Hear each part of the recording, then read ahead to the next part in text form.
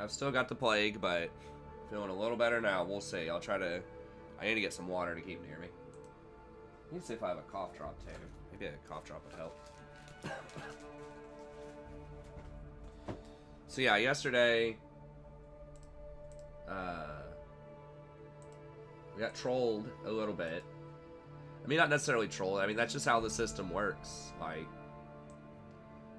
But I just wanted to illustrate this. So we are in game 1 of promos to get back to Platinum 1. Yesterday we started around like Platinum 1 35 LP.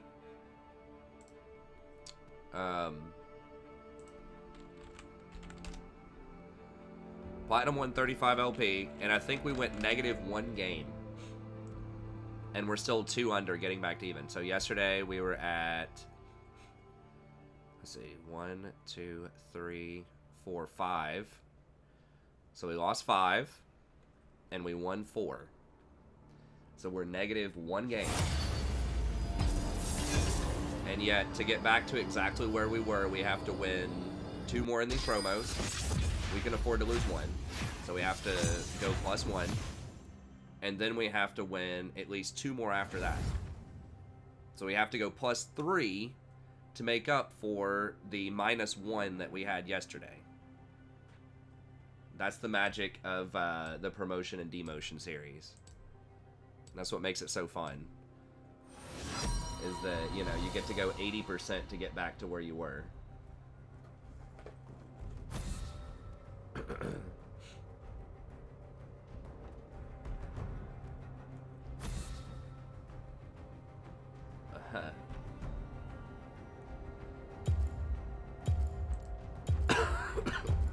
How did I climb? I just started winning. The meta got a lot better for supports. Maul is a poor alternative. Like my style of supports, the types of supports that I'm best on, came back into favor. It's the biggest thing.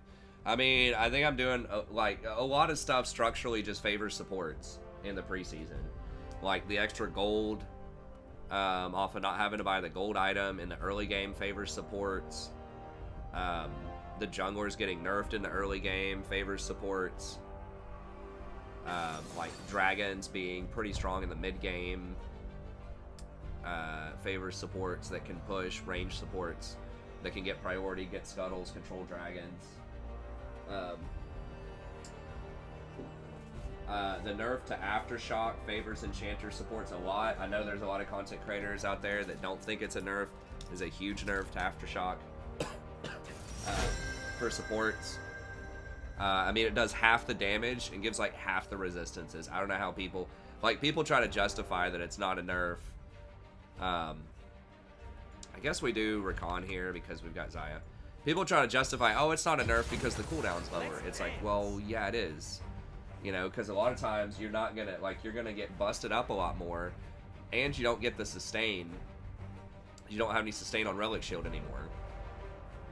So you don't have sustain, and you don't have the resistances, and you don't have as much all-in damage if you're someone like a Leona or a Nautilus.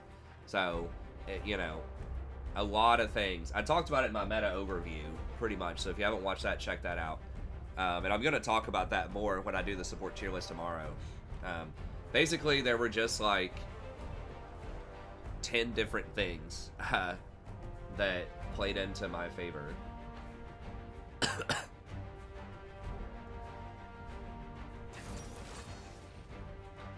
Yeah, I could try to get the early access. I think I tried when I was a smaller channel and I didn't really get it. But I could try again. The Fiora question. What about Fiora? How should you approach Fiora early game? That's really broad, man. Like, I don't know how to answer that. I mean, you try to, like, see if you can puncture their vitals, you know, whenever it's safe to do so. So, like, in general, you know, you obviously want to get the, you want to get their vitals, but you got to be really careful. Like, you got to know what the matchups are. You know, top lane is really, really matchup dependent. Like, it's all very circumstantial based on, you know, where the junglers are, if you think the jungler might gank you, how you should position the lane, and what the actual, like, one-on-one matchups look like. And frankly, I'm not very experienced in doing that. Like, top lane is the most, like, micro intensive, like, one-on-one lane out there. And a lot of the champions that are up there are very snowbally, the good ones, and you have to really know, like,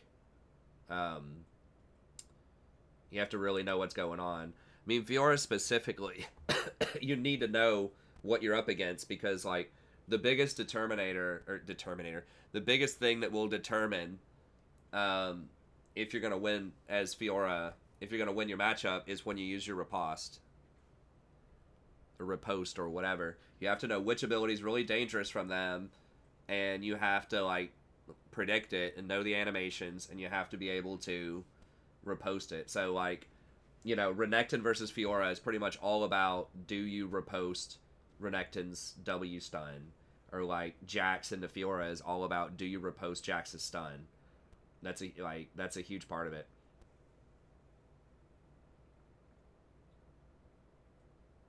Yeah, pretty much what Matt said. Like, that's not a very good, if you're trying to learn top lane type of champ. I've played her before, she's fun. But best top laners, I would say I would stick with a, like, just as basic advice. You know, I've noticed almost every day you're asking about, like, a different role. Like, you kind of dabbled in jungle, dabbled in mid, support, all this stuff. I would say if you're really serious about climbing, you need to try to stick to, like, 1, maybe 2 roles. But in general, top lane, the thing is, top lane is, you know, like I said, that's the most swingy matchup. Like, you have to really commit. I do think it's probably, like, Garen is probably the easiest, straightforward one. Darius.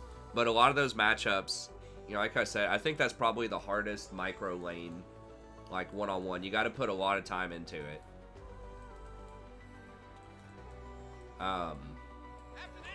Because you really have to know matchups. Like, you really need to know, like, multiple champions, probably top. I mean, there are some champions where if you're good enough on them, you can beat anything with them. You know, like Yasuo or Riven. But it's very unforgiving.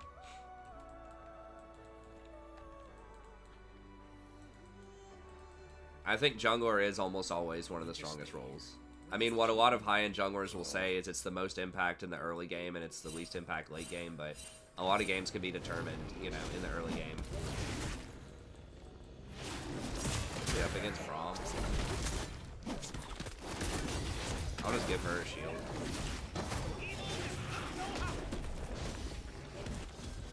We're probably not going to need anything all in. Level 2 now. They could be in that bush. That could have been bad.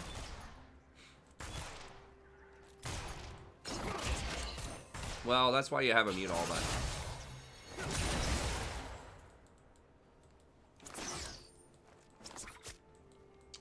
But yeah, I think Mordekaiser's also pretty good top. I've seen Singe do, like, fairly well. You forgot the plan. No. Yeah. Hey, have you seen this They're kid? definitely going to hit this first. I hate doing a shallow ward like that, but he's going to get that push. We could, I mean, like, you can all in, like, level 1 with Xayah, like, with the W, but, like, Braum is really dangerous with Lucian. Like, if you screw up that level 1. Those cool super punks narcotics.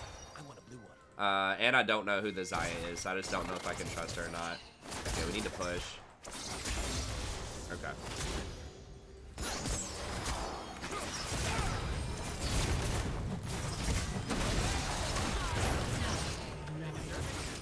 Well, I got it with the Ignite.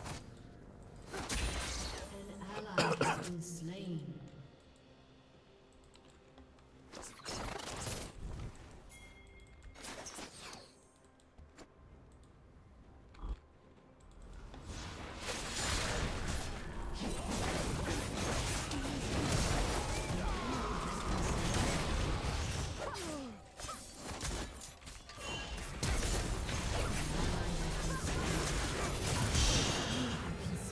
Are you serious?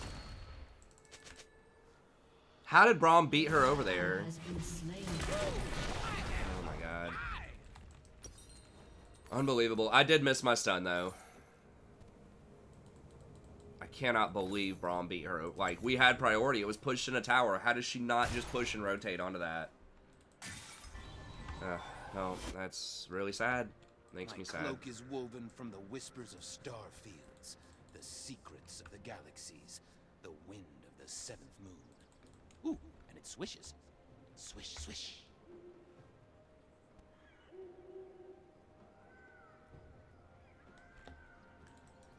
I don't think Senna's gonna be gutted. I think she might lose a percentage or two. I think she'll still probably be alright.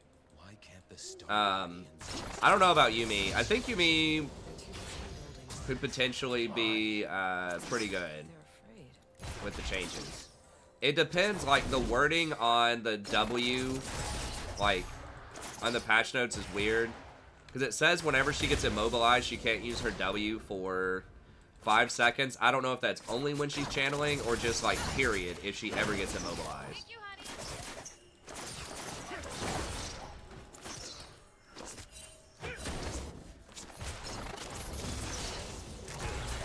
But, like, her raw stats are much better.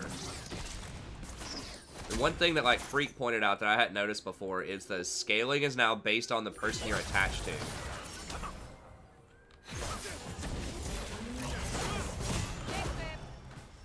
It's based on the person you're attached to and not based on the support anymore.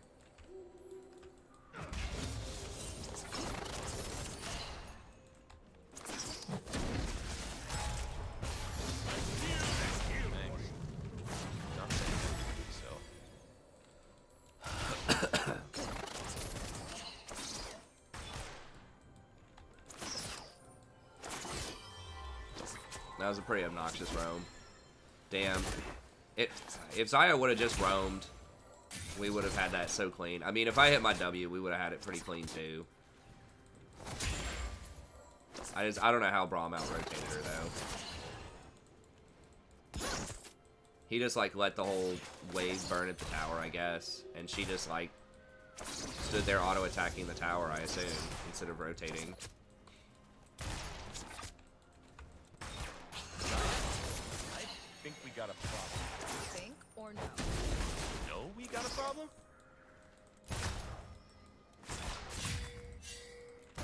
That's missing again.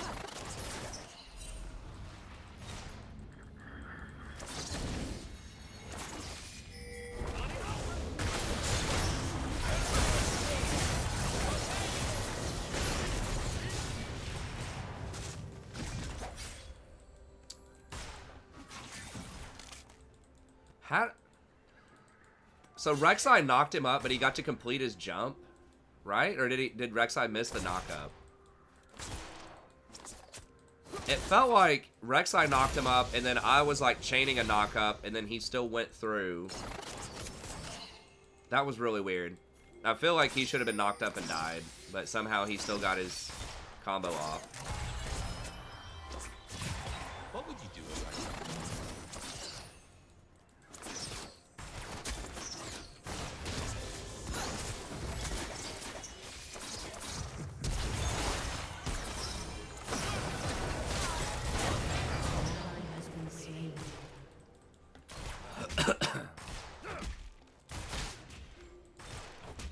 Forget my name, just call for the Lord of Darkness. Prince of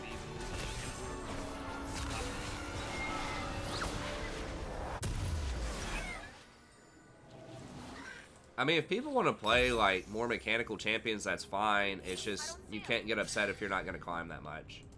If you're trying to play like Riven and Bronze, you know. I mean, it just depends. I mean, some people would rather play like high mastery champions and have a lower win rate than play, you know, Garen every game and climb. It just depends on what your priorities are. I mean, there's nothing that says you have to climb all the time. Like, you can still have fun and enjoy the game, even if, like, you're not, like, really moving up in elo. Nothing says you can't do that. I need you to be more careful. Yeah, I mean, if you're, like, serious about trying to win the maximum percentage of games, then so much of it is about consistency. How well can you perform on a champion over time? And those really, like, high-risk champions are, you know, obviously going to make that more challenging.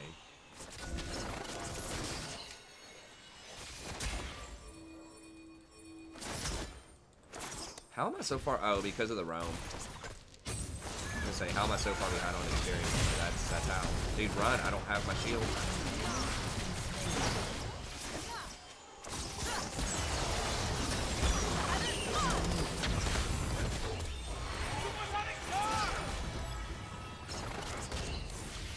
If she would have just autoed while she was running, I think she had him. It's unfortunate. Katarina's coming.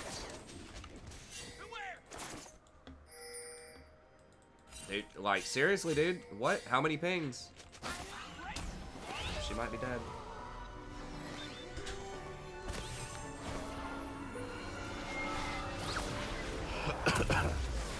Oh, hi. An enemy has been slain. Shut down. Most good guys are just killing themselves. What? Pretty much, yeah. Because I let her stay up till like 10. I have to... When I let her stay up too late, then she's overtired. Well, we had a bath. This place will look different Yep. when we're in charge, Riku. More dark matter? Had a bath and then far kind of a as the later eye can dinner. see. And she was watching some Arthur. And I let her lay down. Ally has been And she was like slain. already upstairs. She's like already upstairs watching Arthur, so... Yeah, we were upstairs last night. I'm like, oh, I can't say, like, it's time to go upstairs. Yeah. I think that made it a little easier on her. Katarina's probably gonna come get me here in a second. I have to be at that meeting actually at 9:30. I thought it was 11. My boys, why? Why you do this to me? Before that. Maybe.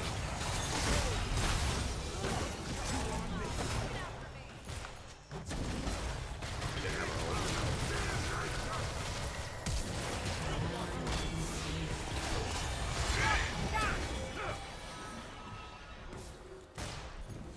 I should have stunned the Lucian when he hit her.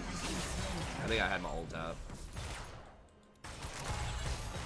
I know my W was on cooldown, but I should have stunned him and then ignited him, and I probably could have killed him.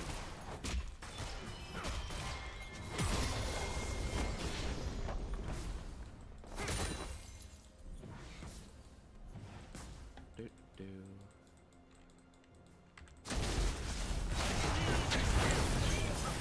Probably dead. Yeah. That was a bad idea. Well, she might get 2 kills now. Cat's gonna clean it up. Katarina's just running all over us off of that early kill she got from the Braum roam.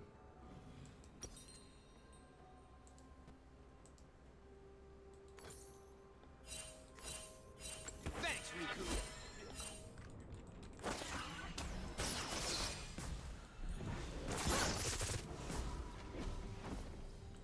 Rek'Sai didn't come straight in either. I don't know what she was doing, but like she was right here and I was like ready right here and she should have been here. But I had to backtrack a little bit. When Zaya and I were abandoned on the desolate planet, No, I realized hear that, Dylan. I don't like being alone. Oh, these spiky space squids are the worst. No, she's gonna sit down here again, cause you know. You know.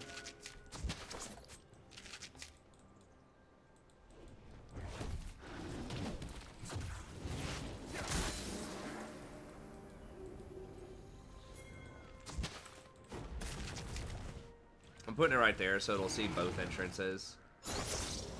If you if you put it in the pixel bush, sometimes they can walk in behind it, which is really frustrating. Okay, well they got her, I guess. I'm coming. Slain.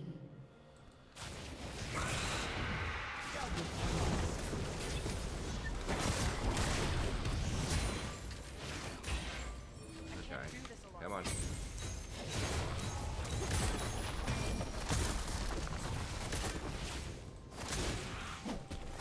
We have a huge wave here. I don't know if we get them all. We might be able to. I think we'll get them all.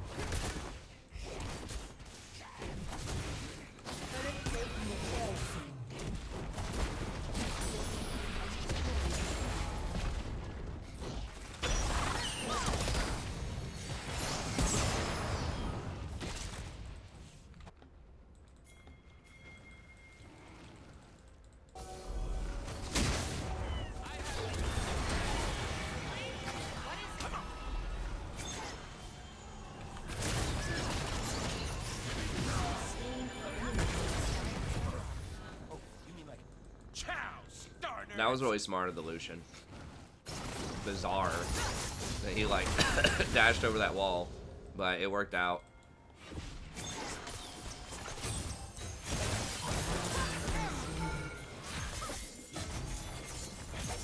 Come here! Jesus, get that thing off me. Okay.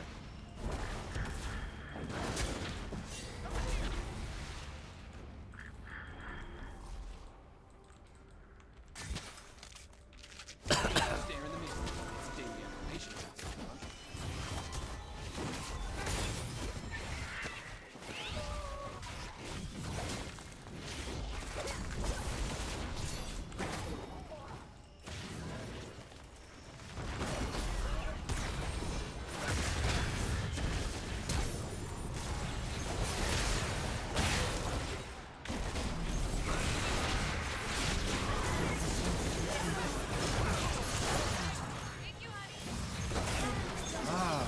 Hell, dude, this Katarina.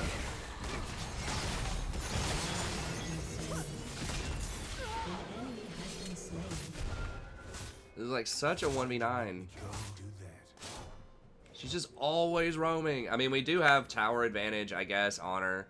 We should have, I guess we should have stopped that. Like, I knew Lucian was around. What'd you say, dear? Yeah, it's Katarina Kitty Cat. She's being a bad cat in this game.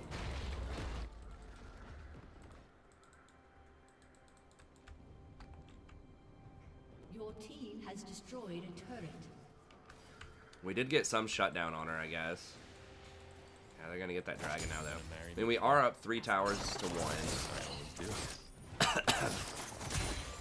1. In a team fight, like when my ult is up, the thing is Rek'Sai is gonna kind of fall off a little bit. Rek'Sai is just like a better Lee Sin.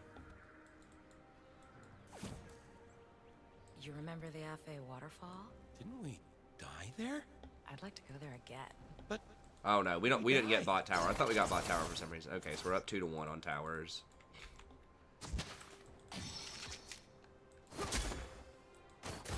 I'm gonna have to take the fight to cat. Well, Mord's there now. nobody's here.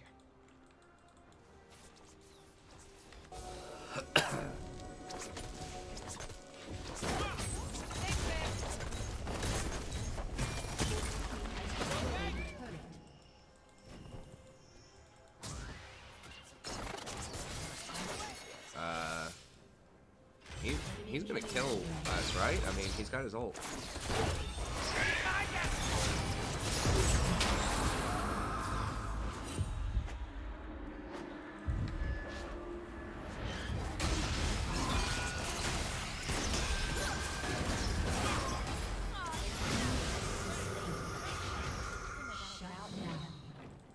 I wonder why he didn't come after me earlier. I guess he didn't know where I went. I don't know. So I have a good explanation for that. Okay, now we're getting some good stuff happening here.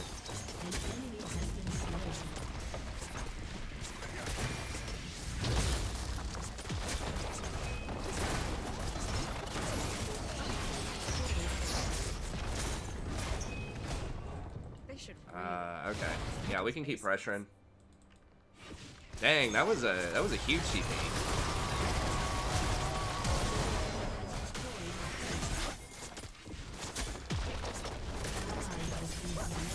Whoa, where did she even come from? Bring in the pain.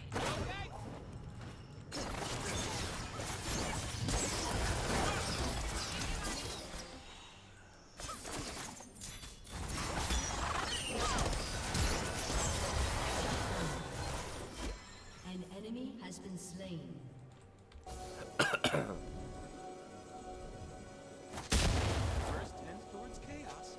I mean, yeah, he probably should have stayed on the tower. We almost got that secondary tower though, but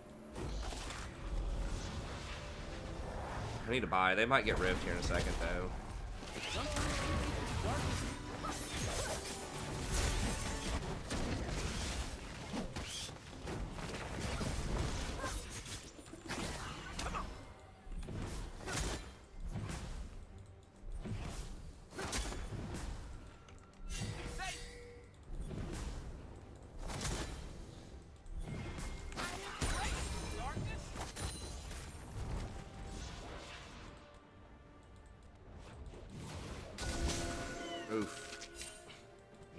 that was rough.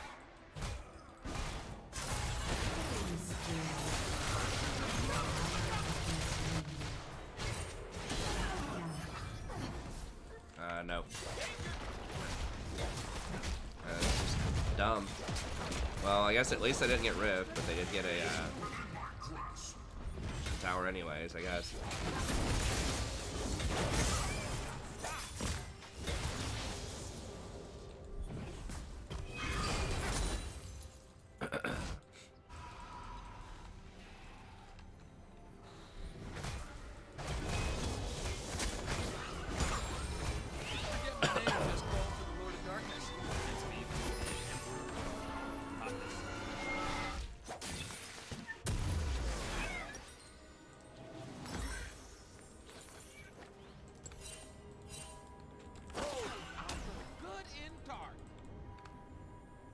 Eh.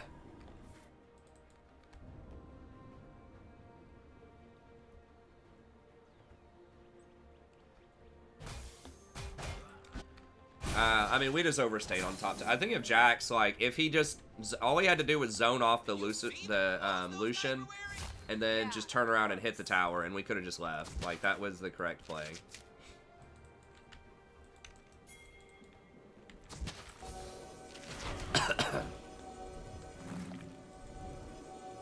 Oh my god, Rek'Sai showing top.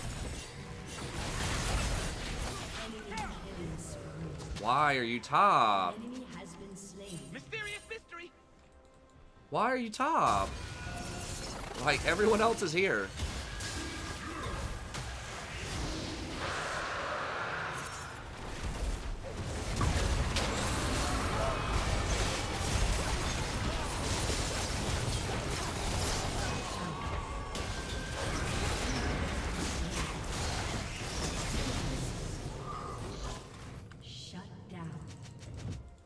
Aced.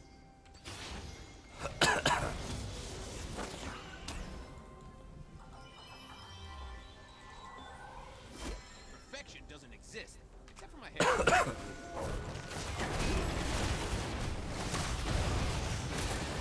Does he have Gunblade? Huh, he's healing him. Good chunk. Or he was.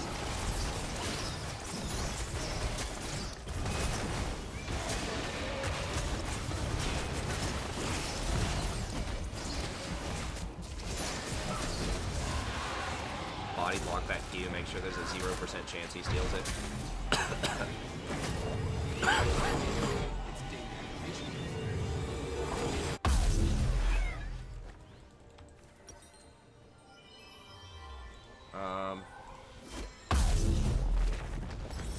Yeah, I'm probably just gonna go for Athene's final item. Whoa! I saw stars for a second. A little bit of extra magic resist against Cat.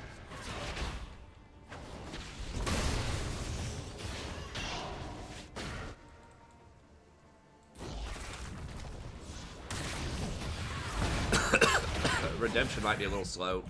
And Katarina's ult, like, lowers healing by a very large amount. Need to wait on Jax. So cruel.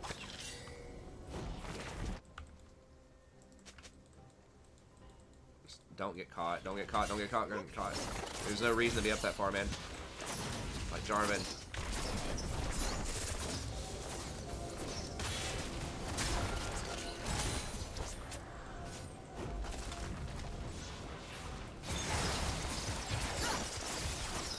Like, why?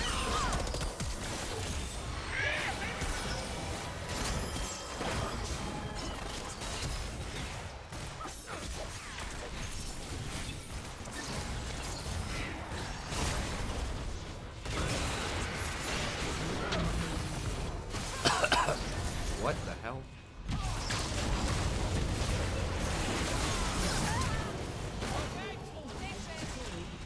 I'm so confused what's happening right now.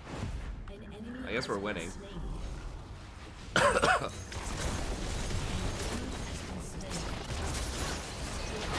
Okay, I guess we win.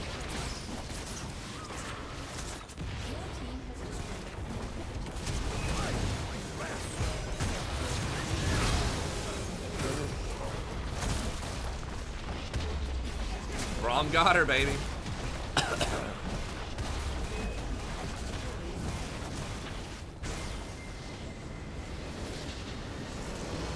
It's like Desire went in and out randomly into fights she would have lost like 3 times if I didn't save her. And then like Rek'Sai's like dive in their base to kill the Lucian. And then I was looking to go try to save the Rek'Sai, and then I turn around and everyone else is almost dead. I guess Katarina went in.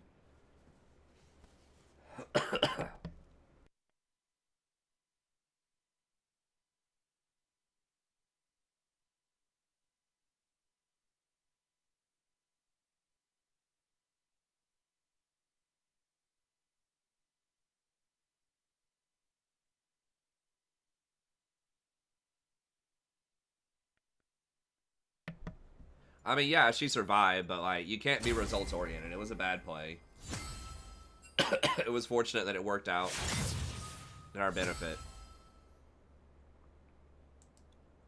And as I always say, you know, there's always stories of people that come in and spend like their whole paycheck on lotto tickets, and sometimes those people win the lottery. That doesn't mean you should do it just because sometimes people win it.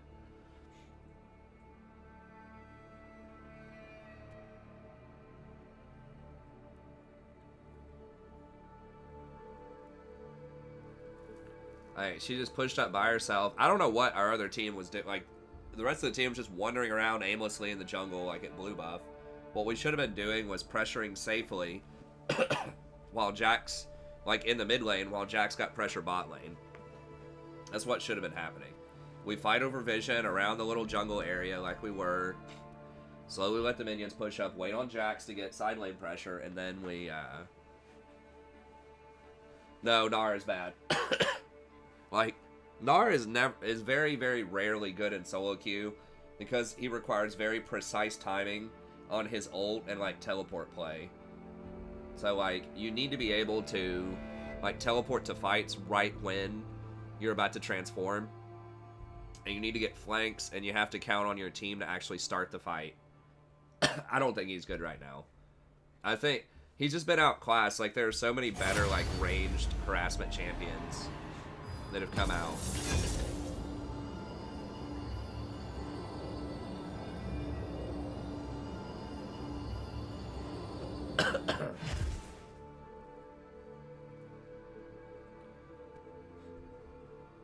But that's why he, like, very rarely, even in metas where he's, like, pick, ban, and throw, like, he's rarely picked in solo queue. And a lot of that was before people started playing, you know, a lot of other, like, top lane bully type of champs. I mean, maybe because he didn't use Klepto, maybe now that other champs are, like, that Klepto's gone, maybe that creates a little more space for him, but in general, I don't think he's that great.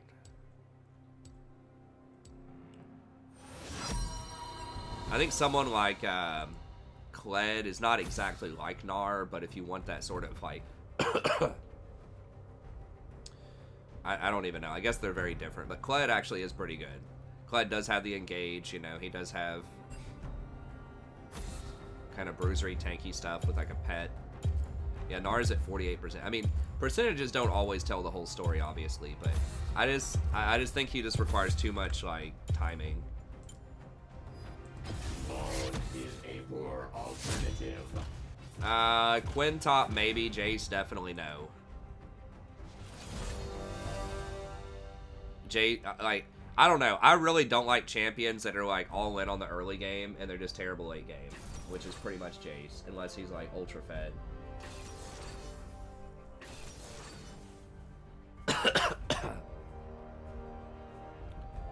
Quinn is like, it depends on the matchup.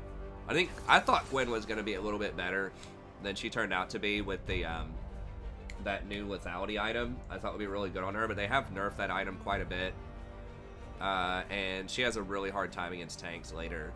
But she's a pretty good bully in the early game top lane. So yeah, I mean, she's got a pretty decent win rate. And Quinn can actually roam and like impact the map. So when she dominates her lane, you know, in her bird form, she can actually go around pretty easily on basically no cooldown and get tons of free roams. So yeah, Sanguine Blade. So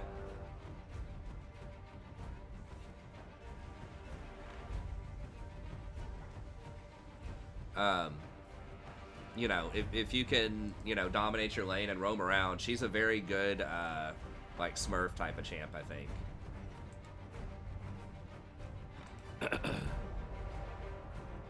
I still think, you know, top lane's pretty much dominated by, like, the Bruiser, you know, like, Garen, Darius, and Mordekaiser. Like, the champions that are tankier than they should be and can also bully out early. Yeah, Yorick is also pretty good. Yorick's kind of weird, but if you get used to him, he can be good.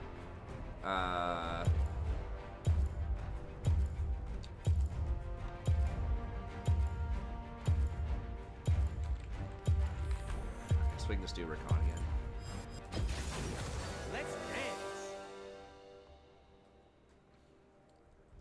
It's pretty good with Misfortune's ult. Did you guys make a ton of money? Just like hand over fist, like crazy money? I think we made like $20 in tips Hell yeah. between 4 of us. 20 bucks each or 20 bucks to split between 4 of you? $20 to split. Say, There were a lot more people there than last time. was this at the pharmacy? Yeah. Is Hecarim good? So I don't know if you split the tips or not. I got $40 again, and a phosphorus What's a phosphorus? ice cream and soda. Flavored soda. I say. It's like a $8 value. or Did you see my $5 chalky, value. Ted? Am I out of chalky? What? Am I out of chalky? I don't know. I didn't see my 10. I need to quit acknowledging what you're talking about when you say that. Because it's ridiculous. I'm gonna get Rory saying it. No one calls it that. Well, if a toddler says it, that's one thing, but you're not a toddler. I mean, you kind of eat like a toddler. Yeah, Rory and I had peanut butter and jelly sandwiches That's fine. for dinner. How do you feel about that? That's fine. I've done that before. I think we're just gonna do that every night for like a month. I don't feel like cooking, or it's late, or I'm like, oh, I have this whole loaf of bread that I need to eat in a day. You forbid me from cooking.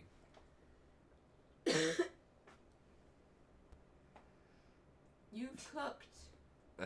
like, actually made something besides frozen pizza once. I do That I pasta can and cook. rice. You drop it in there for 9 minutes. When have you made rice? In the past. I don't remember you making rice. Like, I remember you made I'm gonna something make a where little you more rice. sauteed some spinach. Hey, what's Once. up, A Junior? We were dating. I don't even think we were engaged yet. Yeah, because you used to always complain about my ketchup rice with cheese. That's rice. Was I or was I not jacked when I was eating that? You were also had less Riku, fat and how can you be worked out tired a lot already? more. Which side? It's all the rice, man. Body fat. See, someone in the chat called it. Aaron calls it chalky. I think that's a pretty standard nomenclature. 30 seconds until minions spawn.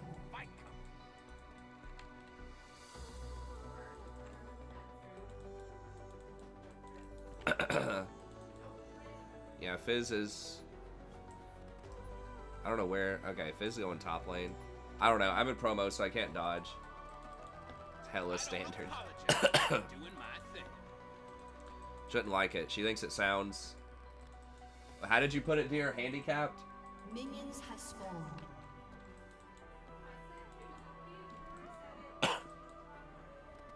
I say. I love evil. How is Nautilus dispatched? Nautilus is still pretty good.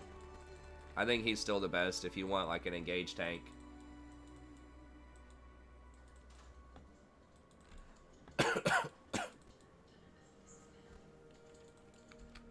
Chalky, not chalky. Gotta get the chalky. I don't know what that would that be like Jersey or something? But it is less I think common. they'd say chalky too. The chalky.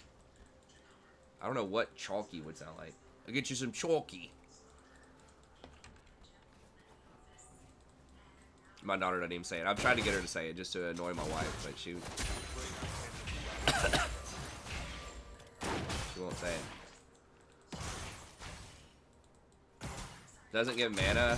No, but it's not. Like, the thing is, Enchanter is like, it's a nerf to AP supports. Enchanters don't really care about that mana regen. Like, it's nice, but like, yeah, they got a little nerfed off it. Obviously, they would like it, but everyone else got nerfed more because enchanters buy like all fairy charms basically for their items, and they have high base mana regen anyways. The people who get hit the most by that are things like Brand, Zyra, those types of champs. Although Zyra is still pretty good, I think. Oh, he has Conquer instead of PTA. Okay.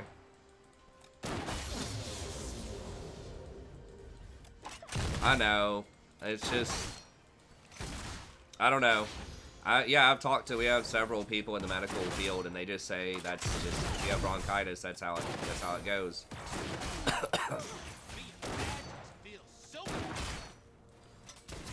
I mean, I've had it like this before when I was studying for my comprehensive exams. It lasted like 3 months.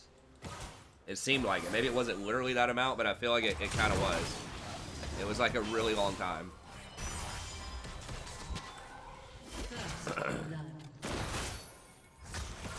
I just need to live a healthier lifestyle, or try to. Who died?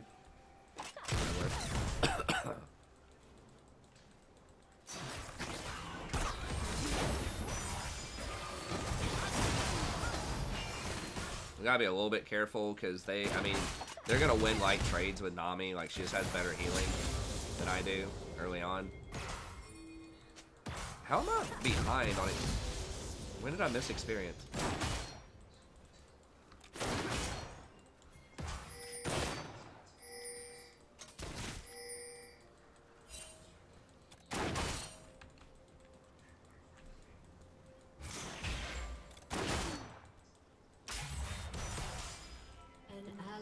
I think so like, there's just watch my meta overview video. I think all of that I said is pretty accurate. I don't think I would revise much of it. I think Rakan's a little bit better than I thought he was gonna be. Where's they doing it? No, Dragon's not even spawning. Okay, she's just like AFK in that bush.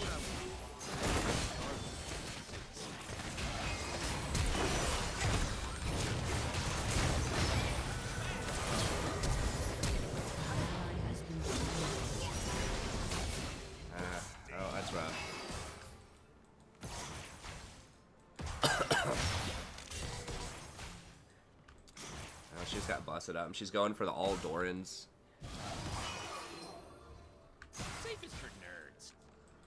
She just like abruptly stopped.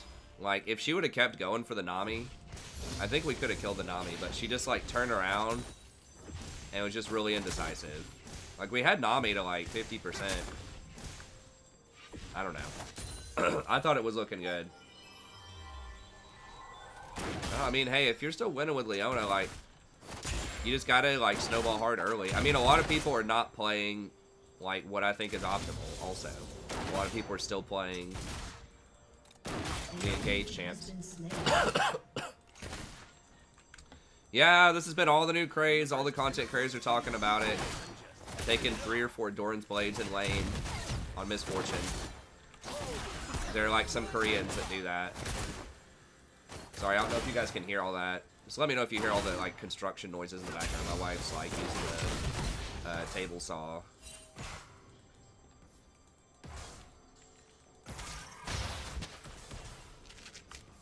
So jungler Jax could. I maybe should have put that on Dragon. I don't know if how early Jax can do Dragon or not. I don't want to use that blast plant. Why is that ringing going on for like 10 minutes? Amazing by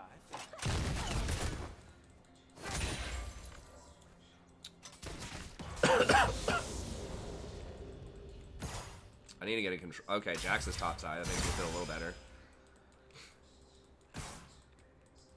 Yeah, but a lot of people just see what pros are doing and they don't think about it. Like, it's if you're dominating the lane and you're like applying a ton of pressure and getting ahead, like that's when you want to do it. Like, not if you're just gonna AFK, you know, 30 yards behind the minion wave. You don't do it then. It's not a defensive build.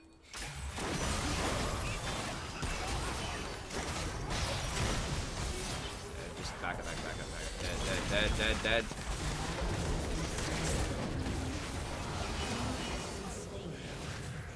Alright. Yeah, the mid laner might be coming in.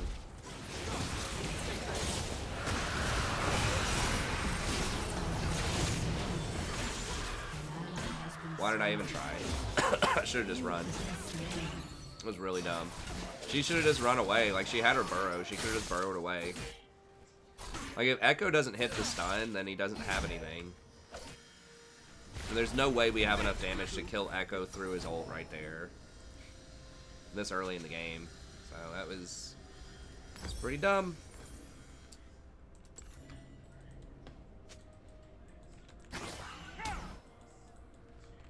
I think they're gonna nerf Doran's probably. Or not nerf it, but yeah, they'll probably make it unique. Some junglers, like Tarzan, has been saying, like, that junglers should be getting it.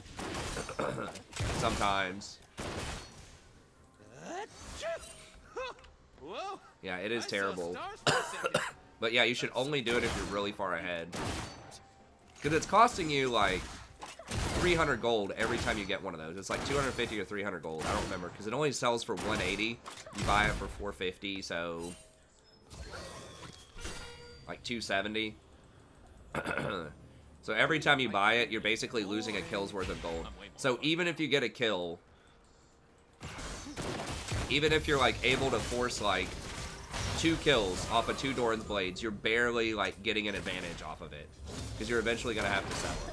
So you have to get more than a kill per, like, Doran's blade.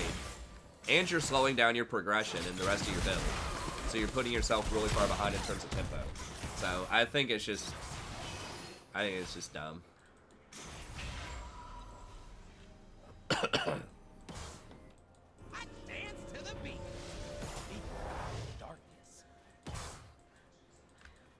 Because Lucian's going to complete his Essence Reaver, and she's going to be sitting there on pretty much nothing.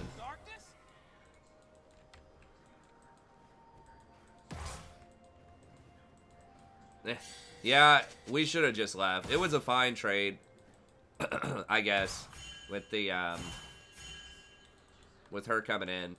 Life is way more fun when you give up the rules. Yeah, like, even if you weren't expecting the mid-roam, she could have just, like, Echo's not going to do anything. Like, if he didn't throw his stun down, all you have to do is just burrow under. Like, he doesn't have much CC if he doesn't land the stun.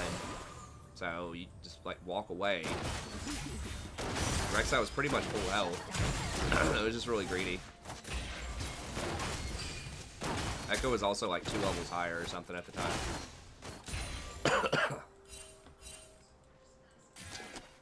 What, dude?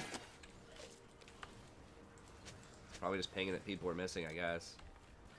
Okay, maybe Fizz can make a play here. Fizz into Echo's rough. Whoa, is that Rod of the Ages Fizz?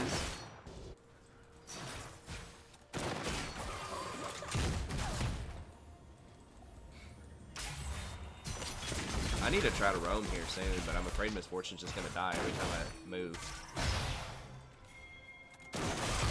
Okay, yeah. Yeah, okay, come on.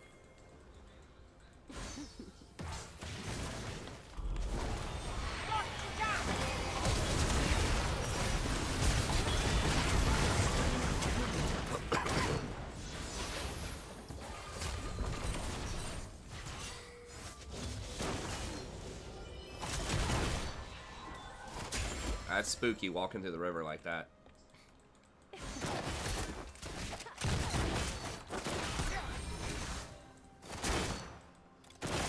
There's nothing else we can really get. We just gotta take it back here, I think. I'm back. I'm out. Oh, are we gonna... Okay, I guess we're doing plates.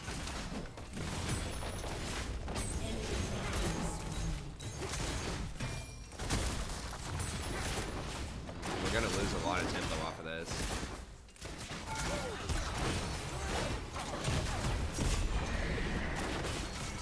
Bad. We should not have stayed for that. Because now when we leave, they're gonna get like 2 plates. You know, like, we don't even really get a good trade off of it. Is he just gonna push this immediately? Like, Rek'Sai could have rotated up and counter-ganked mid. Enemy rampage. turret has been destroyed. Perfection doesn't exist, except for Did my it too hair. fast.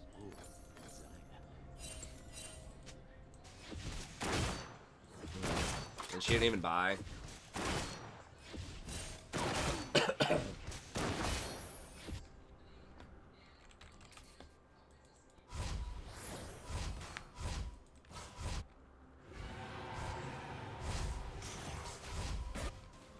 But everyone always just wants to emulate challengers. I mean, sometimes the stuff is good and like you can emulate it, but sometimes it's not.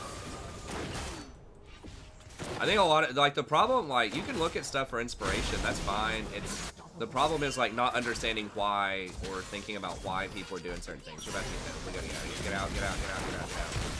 That D5 down here, dude.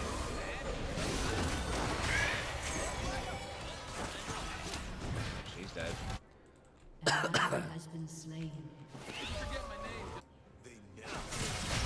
Like, dude, we know there are 4 people there. Like, why are you trying to stay at this tower?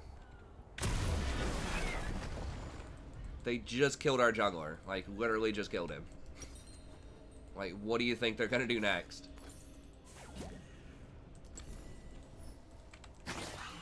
Pop quiz.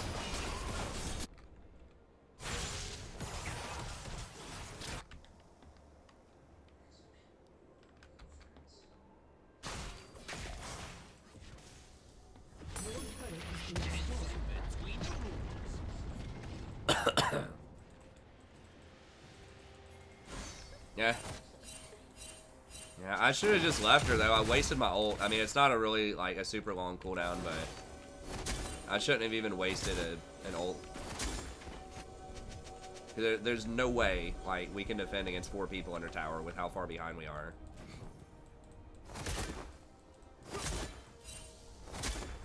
I mean, there was literally nothing else for them to do. Like, they already have dragon. They know our jungler's dead. They just killed him, so there's no threat of a counter gank. Like, 100% they're gonna dive that tower.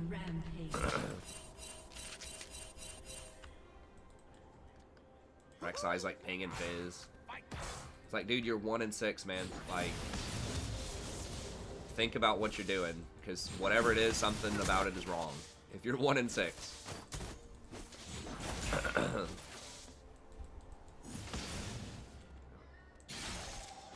Well, Your turret has been destroyed. so it might be a lost cause. Apologize for doing my thing. You got a Rod of the Ages Fizz, that's not good. They're like taking our whole jungle.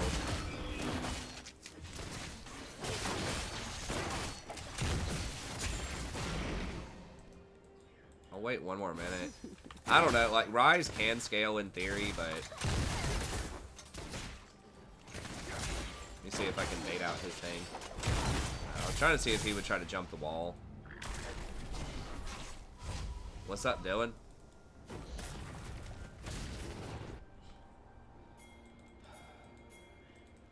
Is it? Is it for real, or are you trolling? I don't understand why it would be. Like, Bruiser Fizz has been out of the meta for a long time. Oh my lord. What?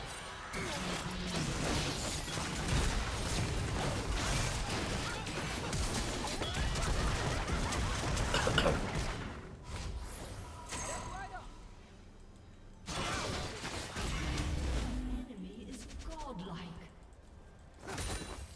Yep.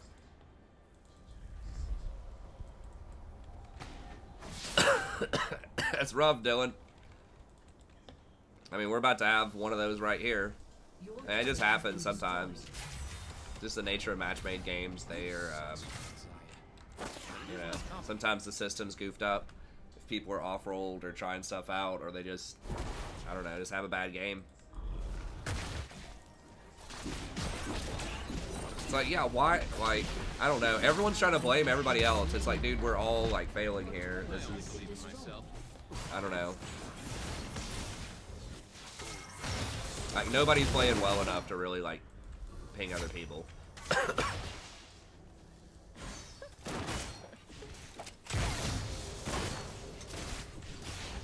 I mean, some games are just unwinnable. Like, that's just all there is to it. Like, not every game is winnable. and that's fine. I mean, even the best players in the world often don't have a 100% win rate.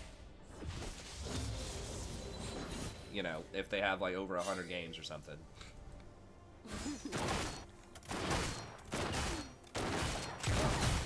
Well, yeah. I mean, yeah, they're probably the people that are messing up the worst. I mean, Fizz had a good start, but he just kind of ruined it with his itemization. Like, the reason that Rod is bad on Fizz... okay, I thought you were trolling one. Is because, like, Fizz is an assassin. And assassins need to snowball, like, early. Like, as soon as they hit 6, they need to start getting kills. Because they fall behind later once people start getting some tank items. And Rod of the Ages starts off really weak when you complete it. It requires 10 minutes before it comes online. These guys are just like dancing over here. Living the dream. I'm gonna come BM this. I'm gonna come BM it.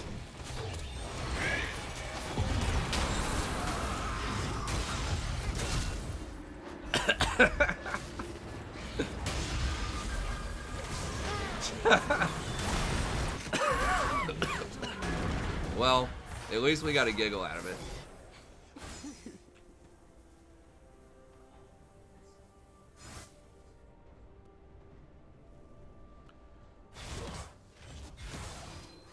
Your turret has been destroyed. An enemy is legendary. Shut down. I think it's gonna time out before 20 minutes.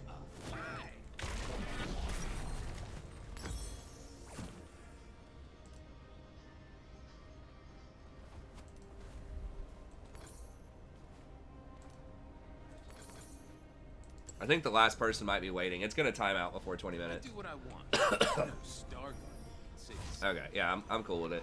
It's not happening this game. That's all right. I mean, our Misfortune demanded to play mid lane, or demanded to play bot lane because she said she was on like a 15-game winning streak or something, and so our Rise was auto-filled, and the Rise actually probably did the best of anybody. I mean, he didn't do much, but he didn't like lose a lot. The Skaven attitude. That's right. Yeah, it happens.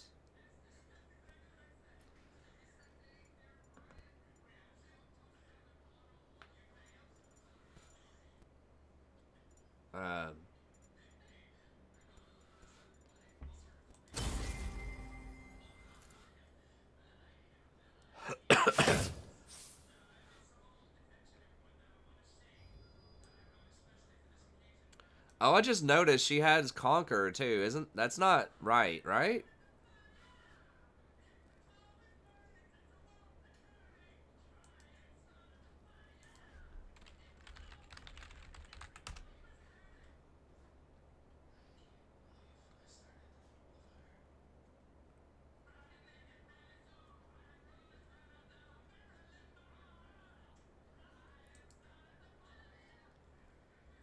Does each wave of your ult stack it?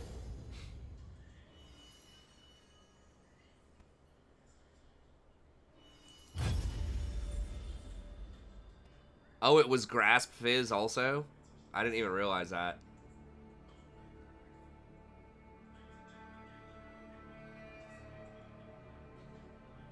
I mean, I would play League. If I had to pick between Total War and League, I'd play League. I mean, League is fun, but it's also, like, the core audience on the channel. I mean, we have a lot of Total War people still, but, like...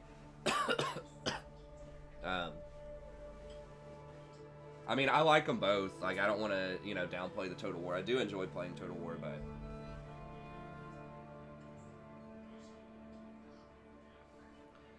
League just updates a lot more, and it's just player versus player kind of competitive stuff. There's just a lot more opportunities as a content creator with League. I am going to do a new campaign. I ran out of episodes on my Empire campaign. I thought I had a couple more, but since the map and everything is changing...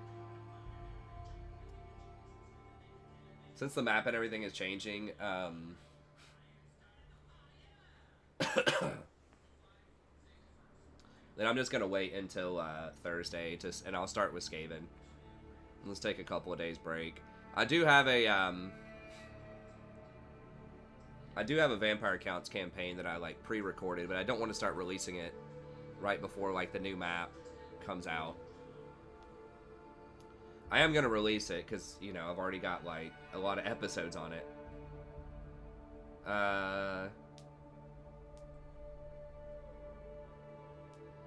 I've already done a really long Chaos campaign. I'd pick teaching over League. I just really like teaching.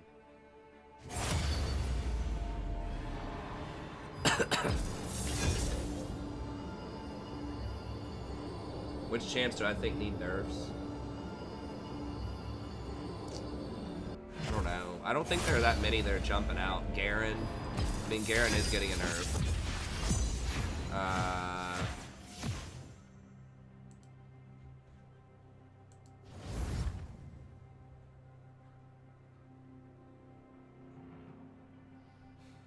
I don't know. I think the balance is pretty good. Like, I'd rather see them buff some obscure champions than nerf, because I don't think there's anything that's like... Nothing's jumping out at me like, holy crap, that's ridiculous. Like, it needs to be nerfed.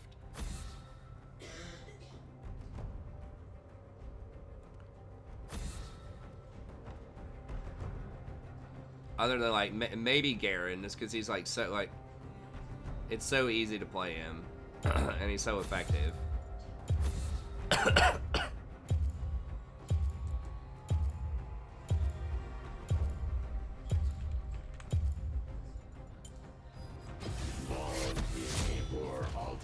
I use a bunch of different champs. I know why. I mean, it's kind of a silly exercise. It's like, would you rather have your hands or your feet? It's like, well, probably hands, but like, I mean, I'm not gonna voluntarily give up either one of them, probably. Maybe Olaf. Maybe Olaf. Olaf is, seems a bit strong in the jungle. And he's one of those champs where it's like, there's not a lot of counterplay to him when he is really strong, because he's immune to all CC.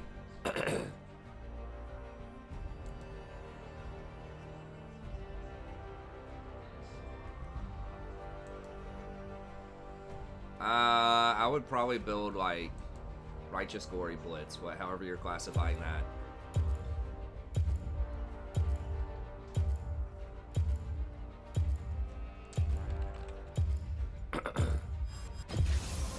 Let me guide you. Oh, got a little office going on, huh? Did you already finish all the friends?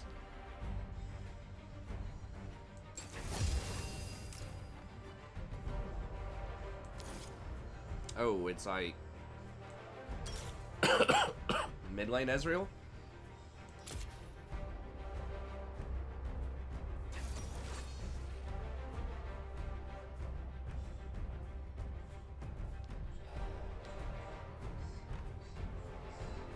But yeah, I use u.gg, op.gg, and Professor typically, and Lolalytics. And Surrender 20. They all have different qualities about them that are pretty good. Oh no. King Styx has done it again, huh?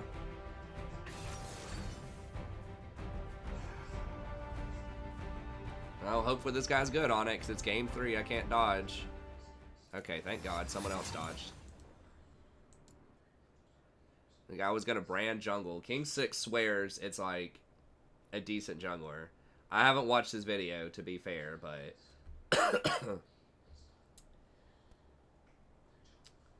I'm not sold. He was putting brand jungle over a lot of like pretty like decent, and I love King Styx. He's great. He has some good information, but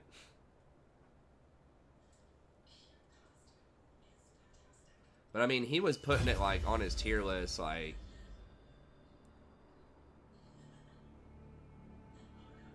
I don't know. He was putting it pretty high.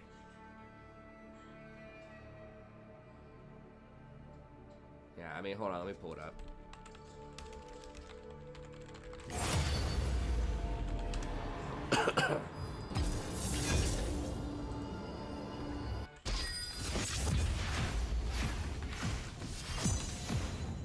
I'll have to mute it.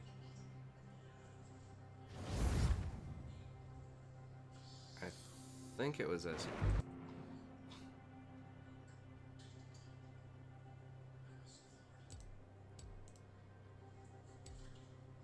Yeah, I mean, this was basically at the very end when where he's put like most champs. Like he put it over like Nocturne. Most people consider Nocturne like extremely strong right now. Or like Kha'Zix or Graves. Like all of these are like pretty primetime junglers.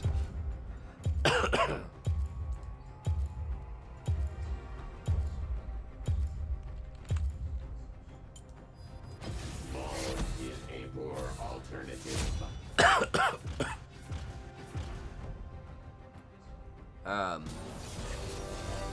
I mean, I think you know, you can always nitpick any tier list, but that's a lot of confidence in. I mean, he put it over Nunu. Like the stuff that's closer to the left is supposed to be more OP, so he also thinks it's better than Nunu in the jungle. And like Vi, Jarvan, Rek'Sai, like I don't know, man. I'm pretty uncertain about Echo too. Like Echo can be all right, but I don't know.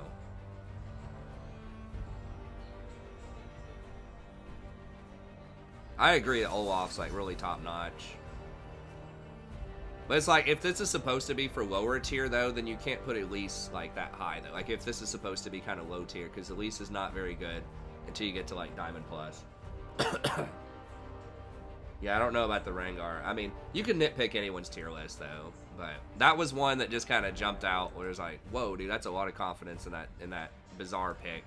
I mean, I haven't watched the video. I've got to watch the video. Maybe there's, you know, something behind it, but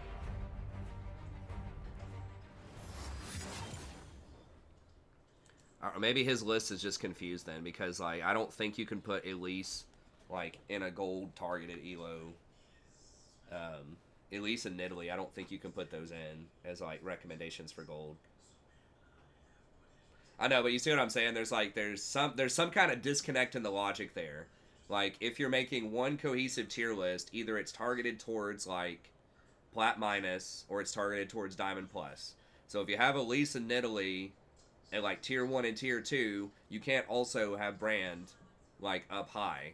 You see what I'm saying? If you want Brand that high, that's fine, but you need to put Elise and Nidalee like lower. It just seems like very muddled in like what the target audience is there. Hey, what's up, Extra Factor? But I'll watch him, you know, give him a like, give him a sub. You know, I like, he's got some good ideas. You know, he has a different perspective on it. I'm trying to learn a little bit more about the jungle. I might try to practice it, you know, in the off season.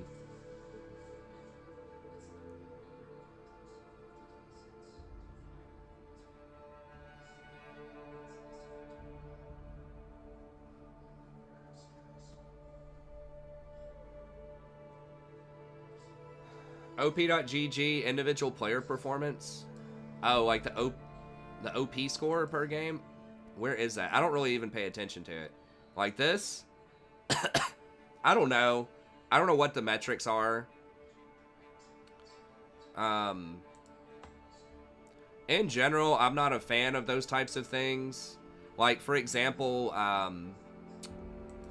U.GG does that too. They have like a carry score. But like the stuff they're measuring is not like exactly how you win games. I know. No, I watched his whole tier list video. I watched the tier list video. I didn't watch the other one. But I'm just saying, like, if you're making a tier list, it needs to be like consistent, you know? Like it's either you're targeting like really high elo or you're targeting like lower elo. I mean, I know I'm guilty of doing that a little bit, but I always try to target mid elo, like, when I'm doing a support tier list. I'll say something like, you know, this is better in higher elo or this is better in lower elo, but I'll always try to target kind of like plat gold and then go around that. Anyways, like this thing right here will say, like, carry score or something per champion.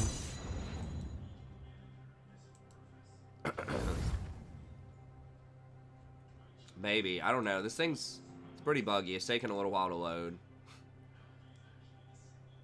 But yeah, I mean, let me see what OP's is.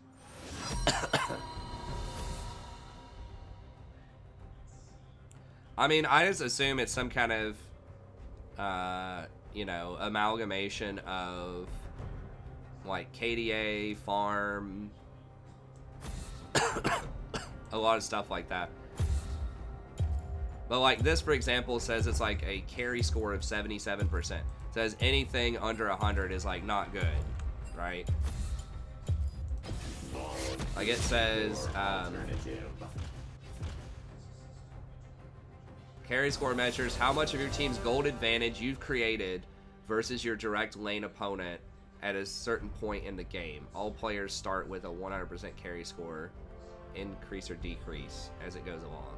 But, like, how do you measure, like, you know, a really good ward that spots an enemy jungler and allows you to, like, counter gank, get, like, 3 kills and get a dragon or something like that, you know? It's like, you place the ward, but if you don't get those kills and your team shares the dragon, like, it's not going to get you a big carry score, but it was that ward that made the entire thing possible. You know, like, that's kind of my problem is, like, especially with the support role, it's very difficult to quantify, like, exactly what your advantages are. Or even other types of things, like, you know, you rotated somewhere and, you know, the enemy team decided to back off because you were in the area or something like that. So you prevented something bad from happening even though there were no stats exchanged, you know. Or you shot called, for example, to go get the dragon. Like, you see your team, their jungler's top lane. Your jungler's just goofing around like at Gromp or something, and you spam ping the dragon and go get the dragon for your team. Maybe your team would have not gotten that dragon normally. But because you pinged it a lot, you know, shot calling is really difficult to quantify in that type of system.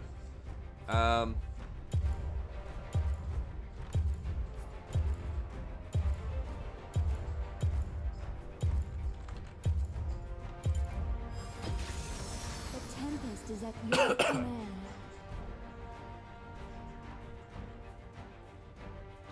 Yeah, that's exactly right, Mitch. Like, Tom Kent saving people with his W is another example of that. Okay, so we're going to stick with the Janet Guardian build. We'll see what their last pick is.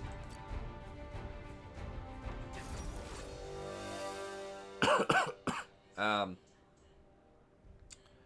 think I might stick with Barrier, because Nautilus could just ult me anytime. Like, yeah, I'm not going to have Exhaust, but...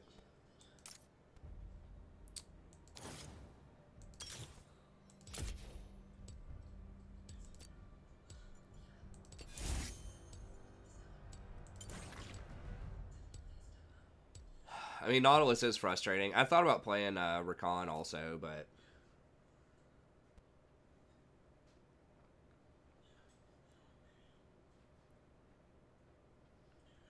I like Poor Professor. Hey, Kamoy. Sorry to hear that, buddy.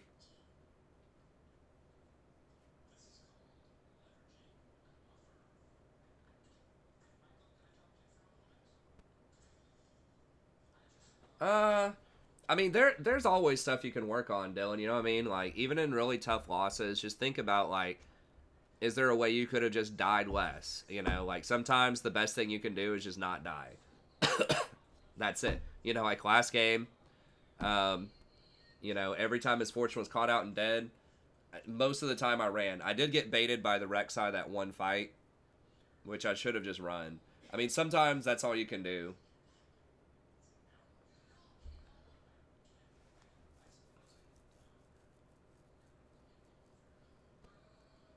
How do you win with Janna? I mean, basically, you just protect people and scale.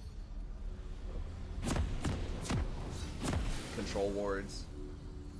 Oh, control wards cleared. Probably. I mean, I guess it's better than nothing. You know, there's probably a decent correlation in their stats. It's just, and for a lot of roles, it's probably pretty useful. But it's just like, if a lot of your contributions are shot calling and like vision and support type of things, you know, a lot of that stuff's gonna not show up on the stat sheet.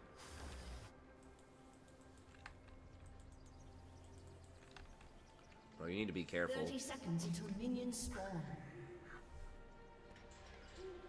You basically, like, Janna's probably the most misunderstood champ in the game. Like, what she actually does. A lot of people don't really understand what she does.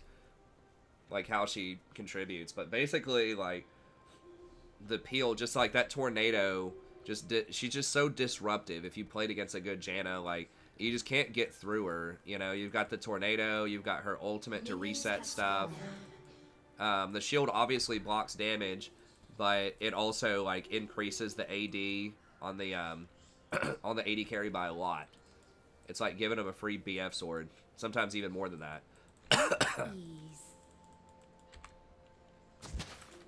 You can you can play her aggro a little bit in the laning phase, but I prefer to play for the mid game a little bit more. As you wish. Hey, what's up, friend? I can't read that, unfortunately, but welcome to the channel. What support's good to die? Well, you can't really peel Olaf. You can't really peel Olaf. You can't really peel Hector. Like, they're gonna ult, they're gonna hit you, you know? But, I mean, Janna's the best peeler. I would say, like, Karma. I mean, Karma is gonna get better on next patch, I think. Versus Olaf, because she can speed people up where maybe you can run away from it, maybe. Yeah, I mean, Olaf is just, like, really difficult to deal with.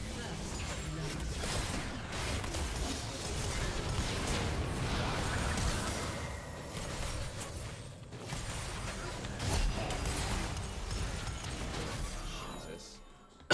So many stuns.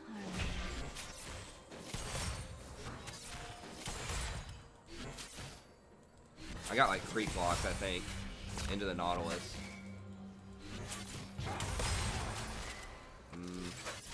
I think Janna's the best healer.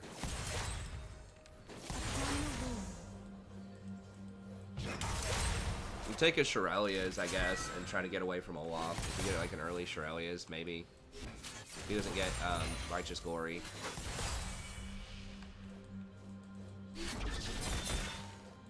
I mean, Senna's, like, W does help some, but, like, it's a piece of CC, you know?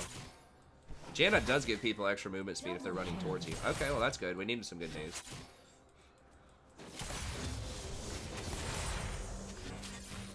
Ooh, Comet Ashe.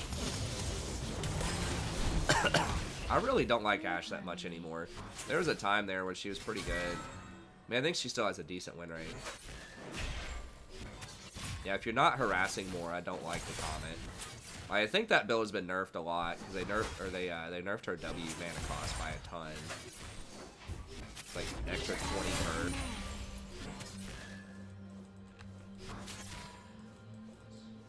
If she is gonna go Essence Triforce, I do like that though.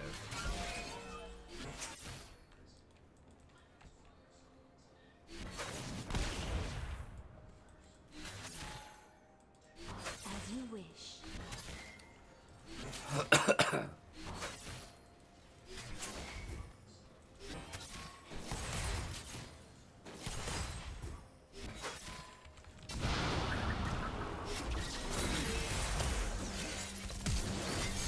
Why is it? What the fuck? What? Like, my keys are actually not working. Hold on, what?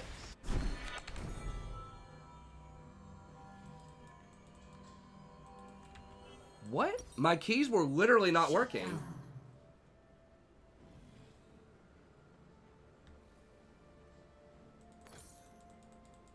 What? With ease. I was literally sitting there spamming E the entire time. And then I pressed F to flash. What?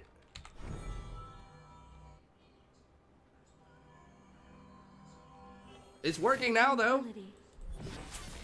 I wasn't lagging because I was seeing it all happen real time, right? Like, the stream didn't lag. What? It's a plugged-in keyboard. How does that not work? How is it working right now? But it wasn't working 5 seconds ago. What the? Oh my god, this curse is like getting ridiculous.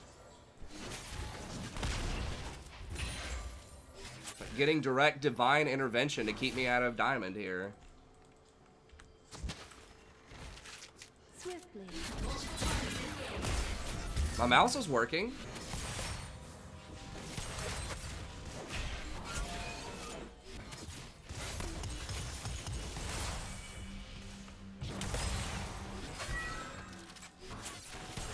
Like, we actually would have been able to get out of that.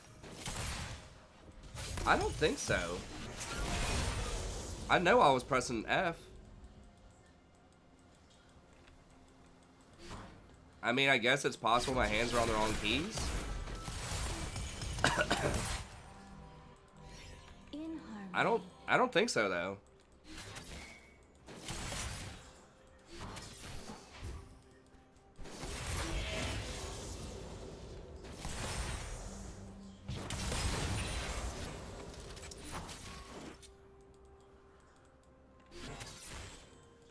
With ease. Okay. Run League as an administrator? I've never had that happen in like 10,000 games of League. Anytime something like that's happened, it's been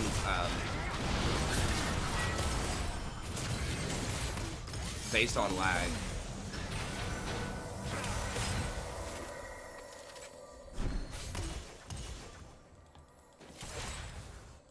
An enemy has been slain.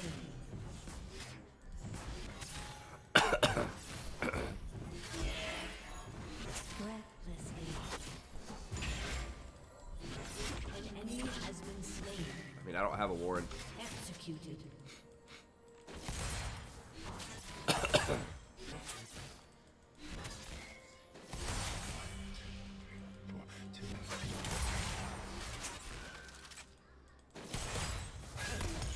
Swiftly. I mean, that's possible. It seems really like unlikely though.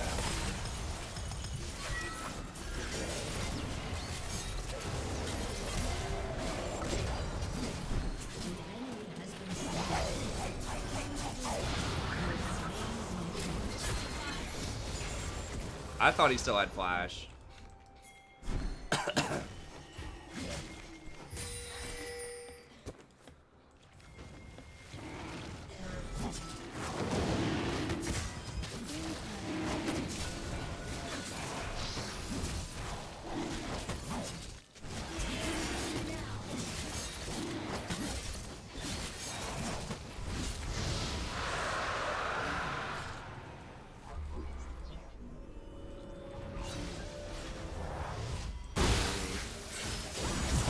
Seems probably bad.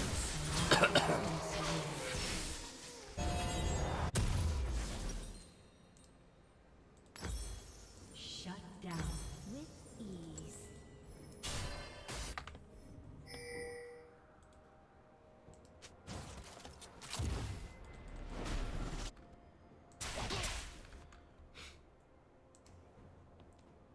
Do I roam a lot, Jana? No. I mean, it depends.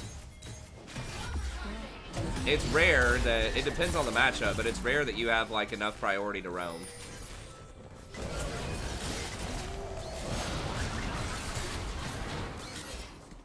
Guys?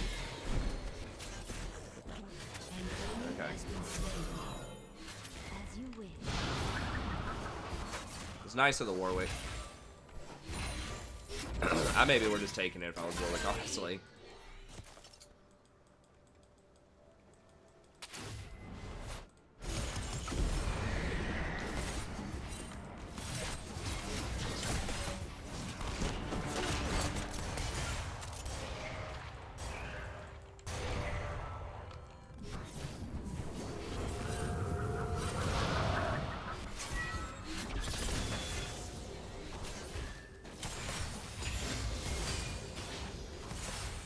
In harmony.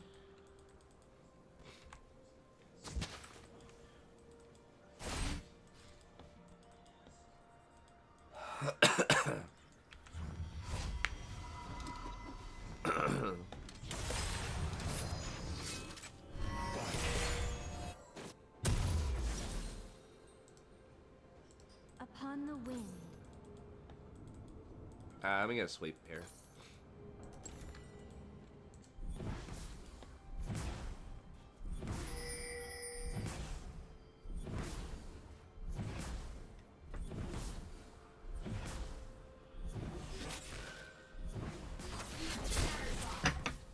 As you wish. An enemy has been slain.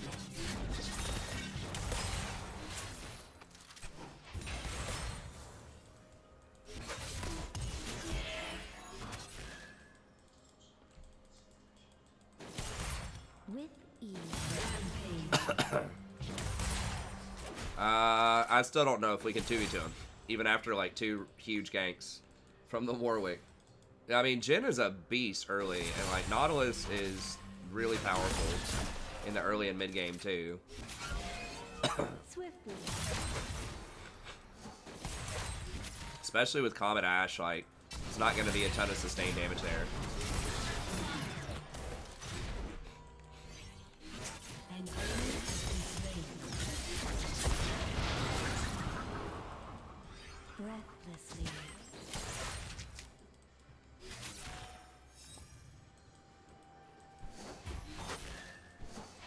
Shut down. Unstoppable.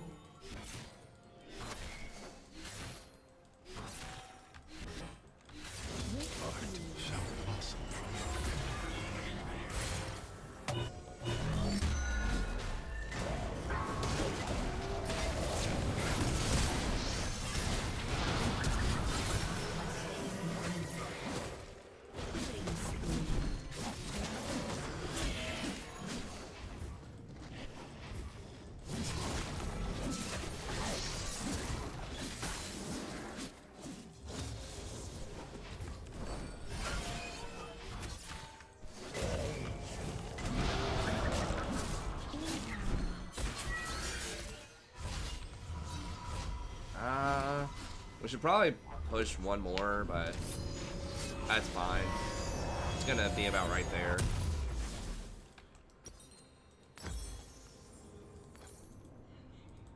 Upon the wind, an enemy has been slain. An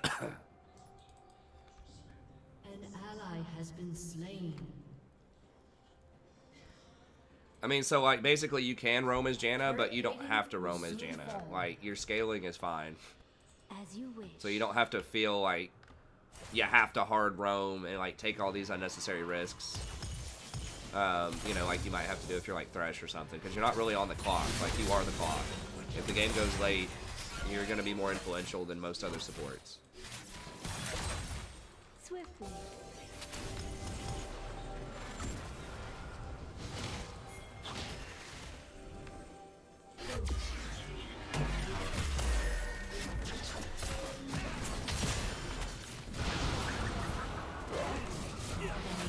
Nice. You wish.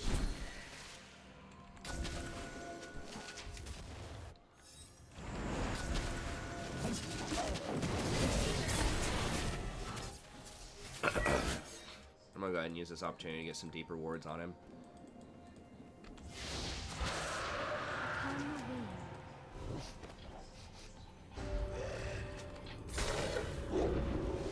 Oh my god. Like 4,000 HP.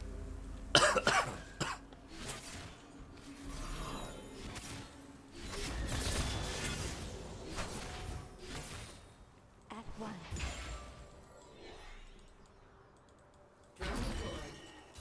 I assume that was a misclick.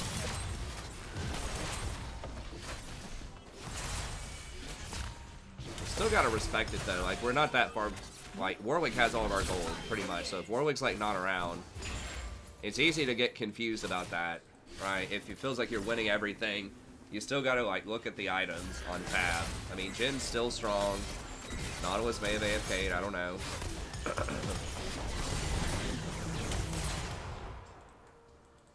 Did he roam middle? No. I don't know where Nautilus is. This is where the Poro is really handy. Basically extends your wards by an extra like 50%. I don't know if we can beat him, man. He's still...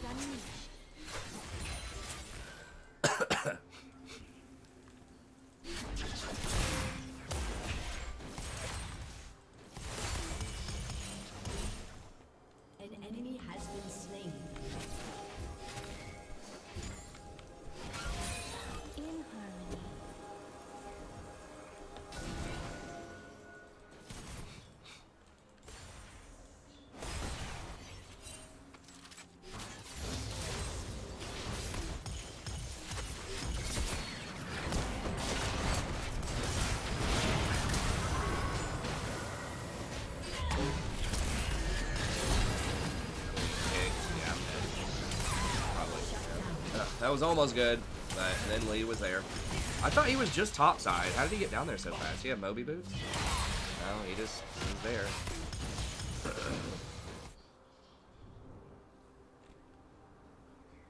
Checking the walls for Kane. I mean, I guess it would spot him, but like it gives you an indicator if he's there, and obviously there's no Kane in this game. I think she did it either just to troll or misclick. As you wish.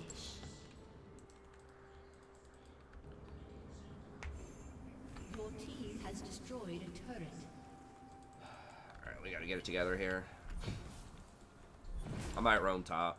Now, like, when you're in the lane, you know, roaming is a little more questionable on Janet. Like, you don't have to do it. Obviously, when lanes are broken, when towers are down, you know, you want to be moving around, not just sitting in one lane.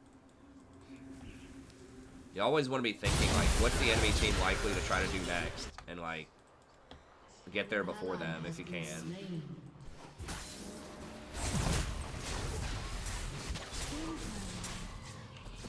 Let's get out, boys.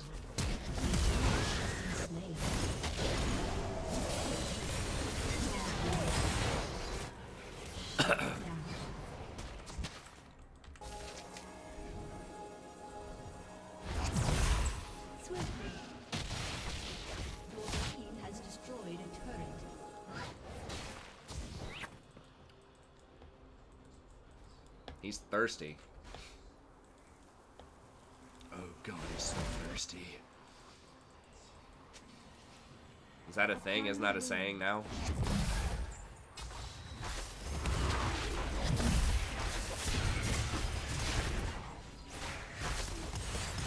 Bro, Nautilus is gonna press R on you.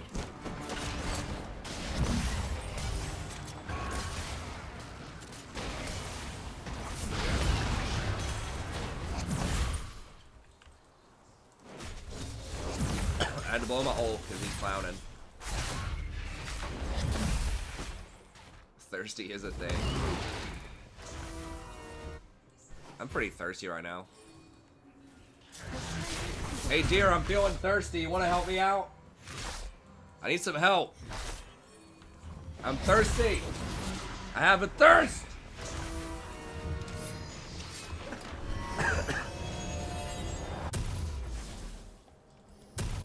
I just really need to get some water.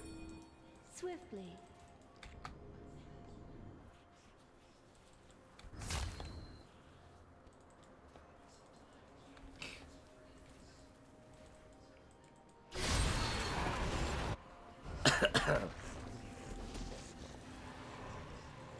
Upon the wind.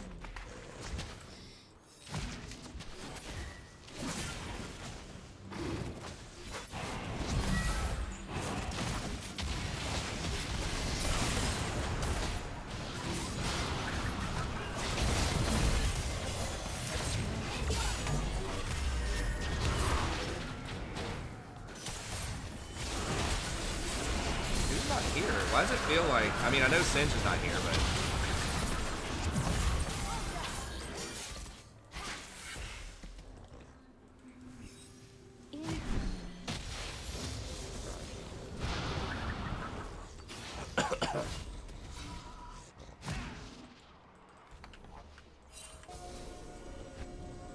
Wow, they just have a way stronger team. I mean, they had 5 people there, so basically they're giving up their tier 2. I think. I mean, Singe is taking it pretty slowly, but...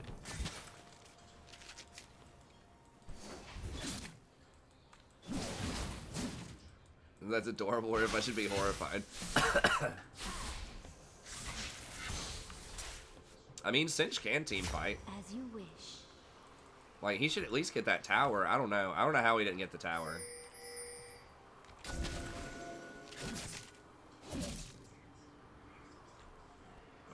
We might get into some trouble up here. There's too many people. Like, we don't have pressure anywhere else on the map. No, we need to...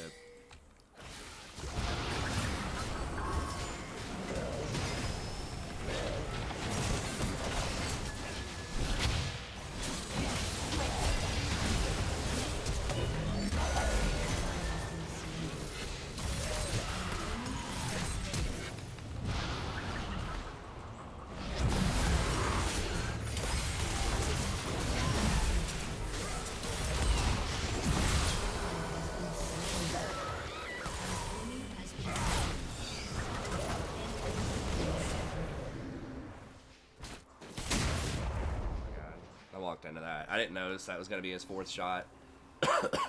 Well, Ash should be able to get middle. It was a 4 for 3. Ash gets middle, maybe.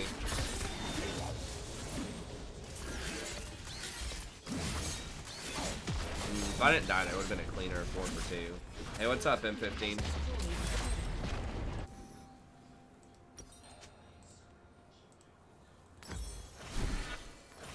In harmony.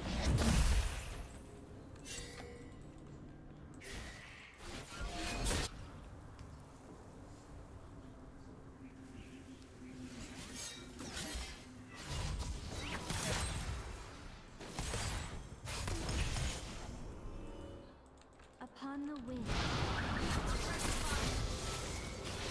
My wife was like, no? Kind of like, what are you talking about?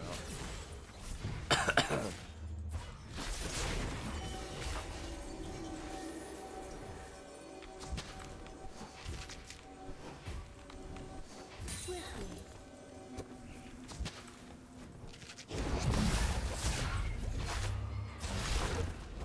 Mr. Fister? Oh, okay.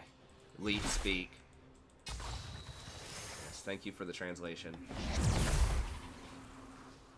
Should Fiora go Conquer or Grasp? Recklessly. I'm not really sure. Probably depends on the matchup.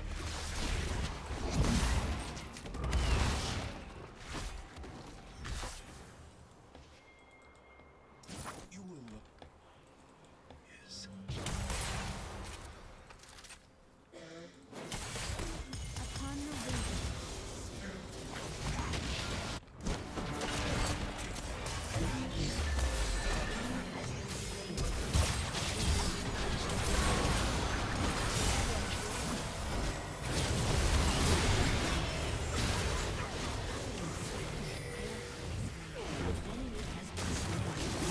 Okay, well, that's all we needed.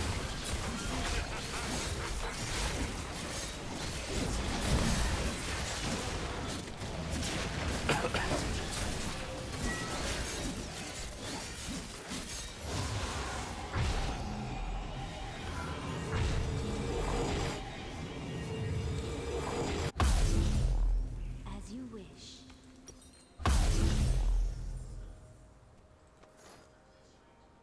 An enemy has been slain.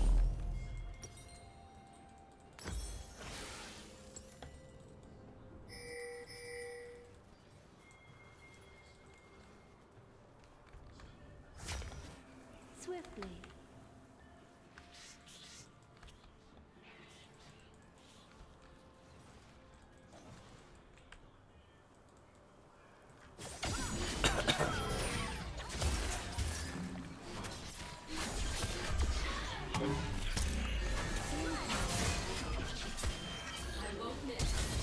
enemy has been slain. An enemy has been slain.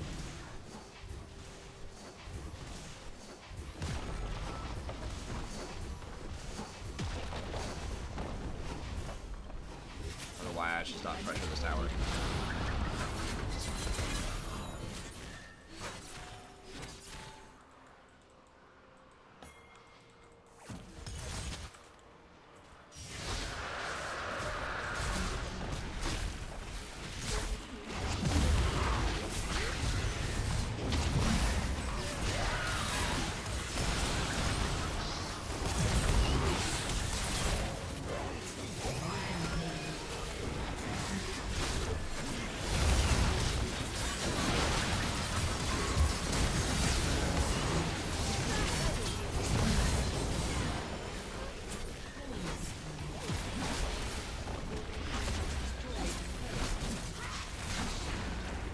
Your team has destroyed an inhibitor.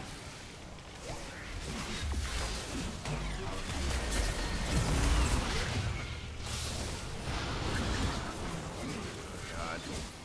The troll.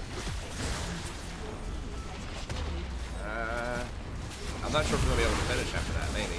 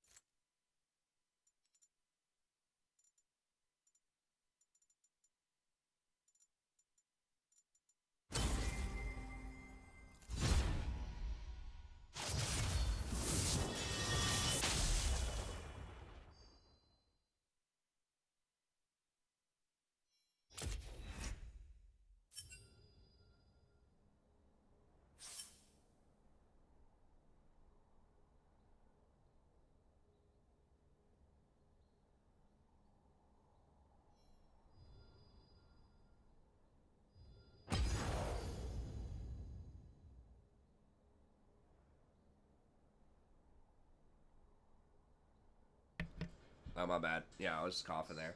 No, I don't play that. The only thing I play really is just like Total War and League. I've started playing some more. Started playing some Witcher 3 because the Netflix series is coming out soon. And I'd always heard it was a good game, so I wanted to check it out. And it is a good game. Okay. Let me grab a drink. I'll be back in a second.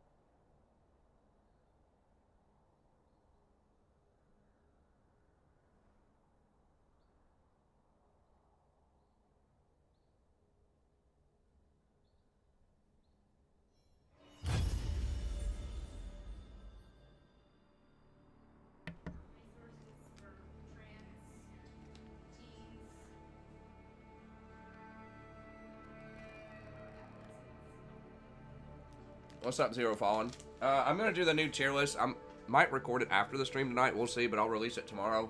I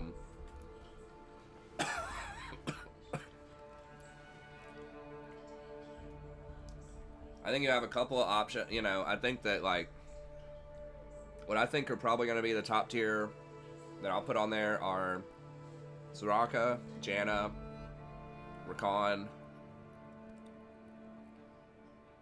probably Nautilus, and maybe Zyra.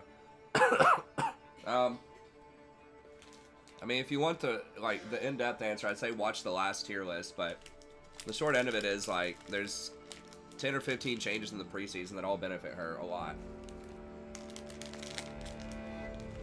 Nami doesn't scale enough.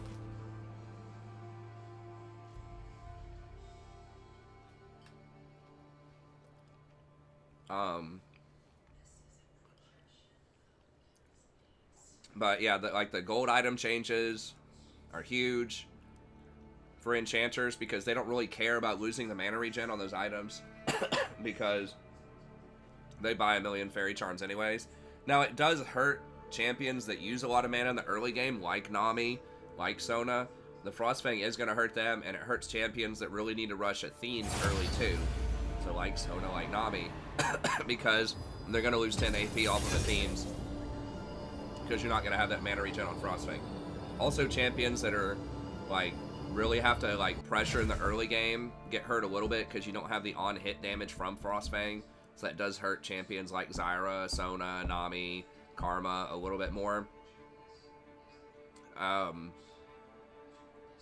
The Relic Shield is a huge deal. It's just a much better coin. You get health off of it in the early game. It's really easy to last hit. Gives you a ton of extra gold so you can get to your items faster. So enchanters scale the best with gold of any of the supports. So that's really helpful. And then removing the old Presence of Mind actually helps enchanters who want that kind of effect more than tanks. Because as an enchanter, you can just switch over and take Ulti Hunter and Ghost Poro, and Ghost Poro will give you 30 AP by about 15 to 20 minutes. And Ulti Hunter is close. It's not exactly the same as Presence of Mind, but it's close. So like with Presence of Mind, if you got like 3 kills or assists, then you would get 30% CDR on your ult. So it just depends on how many you're getting, if you're getting 3 or more. If you're getting 2 or less assists between ults, kills and assists, then Ulti Hunter's better. But tanks like Nautilus, like Leona, don't benefit as heavily from Ghost Poro because they don't have good ratios, like good AP or AD ratios, versus enchanters do.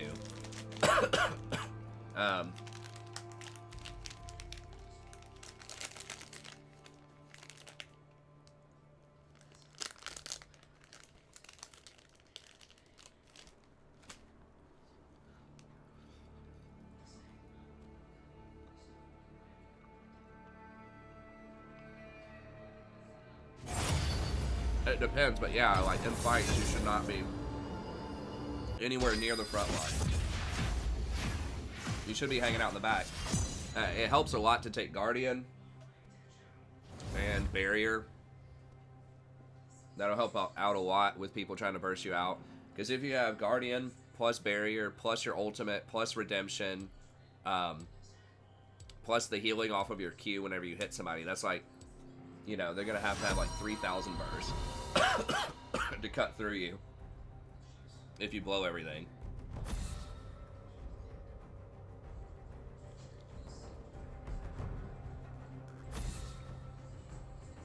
What's up, Deshane? What's up, Sadie?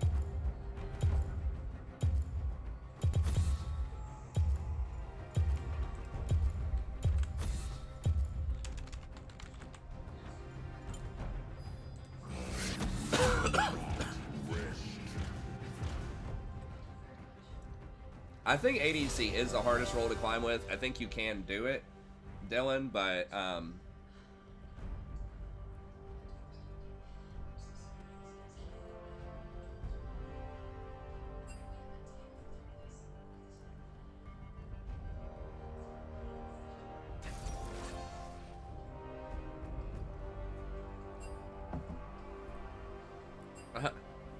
Shots fired.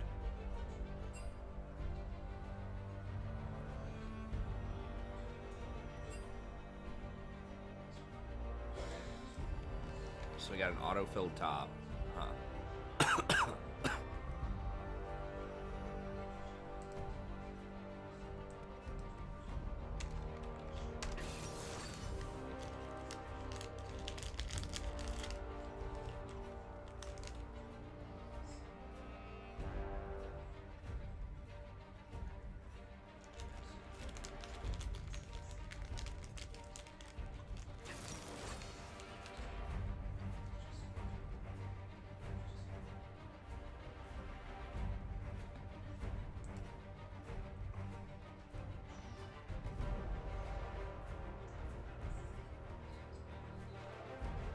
Nice, good job, Dylan.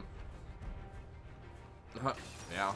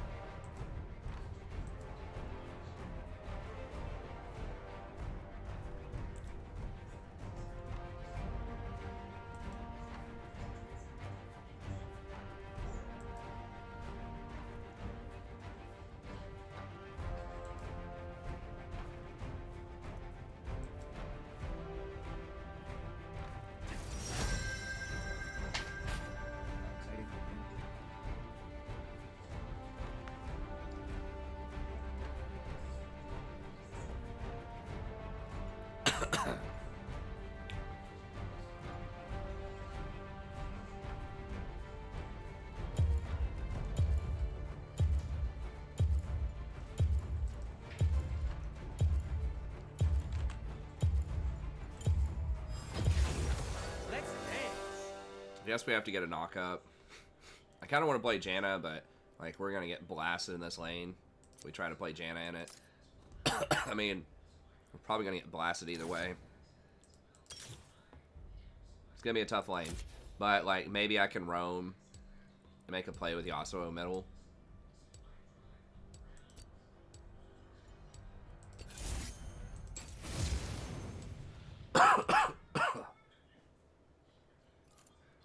Is it worth 1 or 2 tricking in support? Yeah, absolutely. It's worth narrowing your champion pool in every role.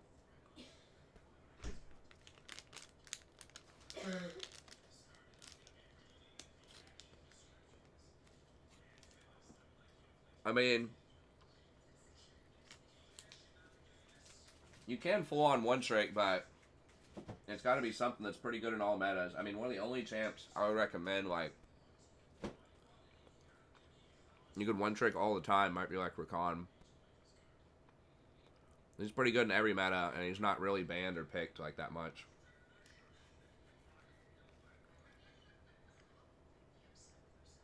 Maybe Janna.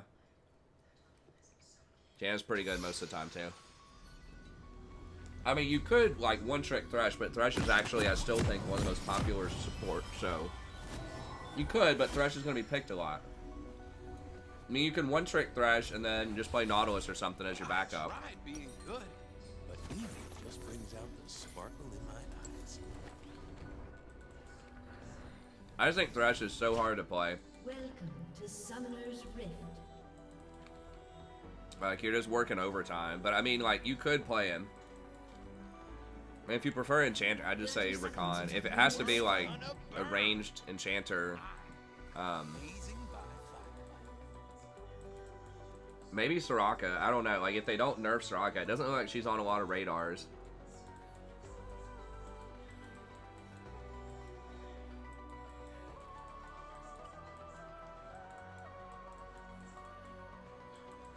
I do what I want. No star. I get tilted whenever I play Thresh, man. I can't play that champ. It's just, like, teammates not following up on engages, not taking lanterns, like... It feels terrible. Yeah, it feels great if you have good teammates. Like, oh god, you know, you hit the hook over the wall, you throw the lantern, they follow you, and like, you know, you make all these great plays. Like, can feel really good. I don't like engaged champs in general, other than Rakan, because Rakan can engage, but he can also like leave. You know, usually, sometimes you know, they won't stay in range to jump out, but, you know, Rakan scales. He has a really good shield. Like, it has fantastic scaling on it. He has one of the best engages. And, like, he can also get out.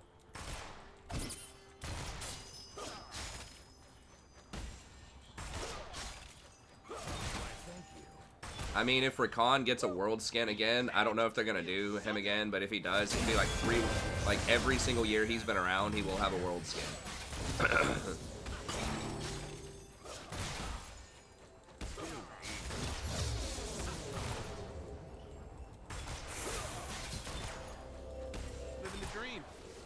They could do Rakan Zaya again. I mean, those two champs, especially Rakan.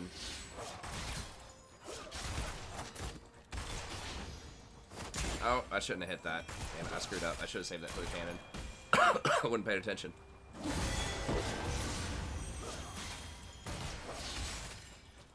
Why, thank you.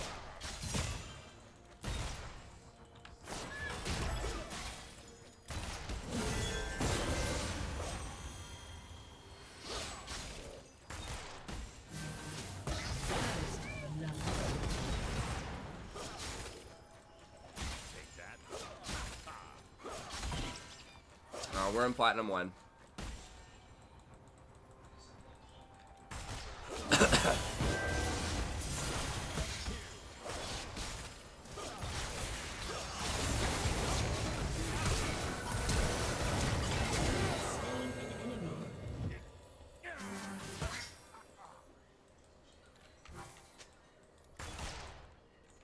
An enemy has been slain.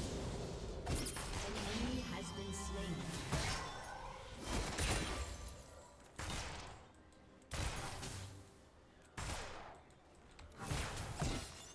Hey, thanks, Jim. I appreciate it, buddy. Yeah, we had kind of a rough day yesterday. Perfection doesn't exist. Got demoted, but then we got re-promoted today.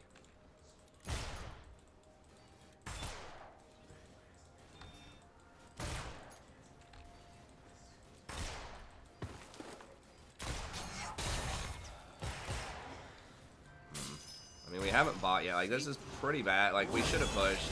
Like, we do have a little bit of an advantage here, but we need Mundo to come down and gank so we can get a real advantage.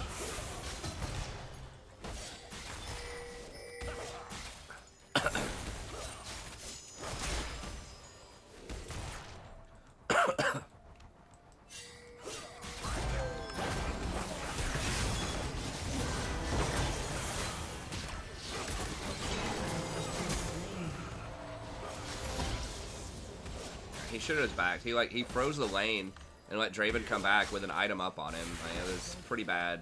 We're not even ahead in CS now. We should have just pushed out the lane hard, or just let it sit there, freeze, and then come back with an advantage, you know? That was pretty bad. I should have pinged him.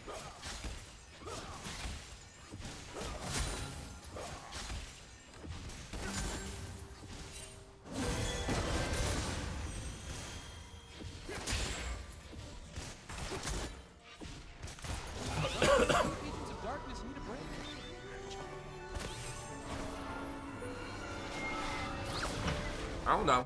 I mean, whatever works. Yeah, I mean, if you can climb with one roll and then switch over to another one and still be effective, then sure.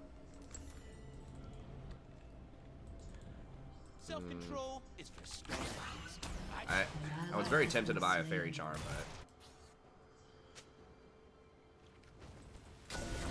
but they didn't see you. They didn't see you, man.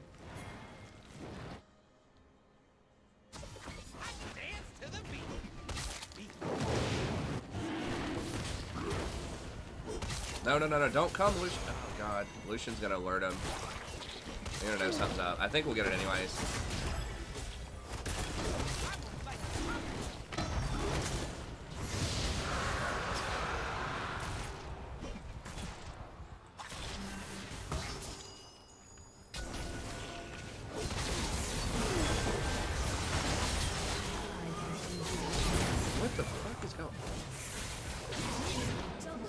What just happened? Did I get pinned?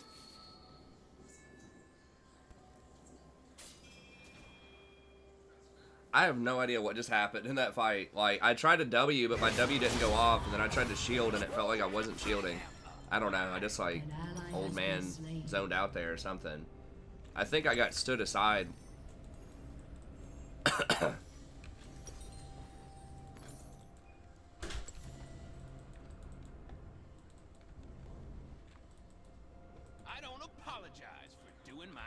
Well, there's a lot of stuff that transfers over to other roles.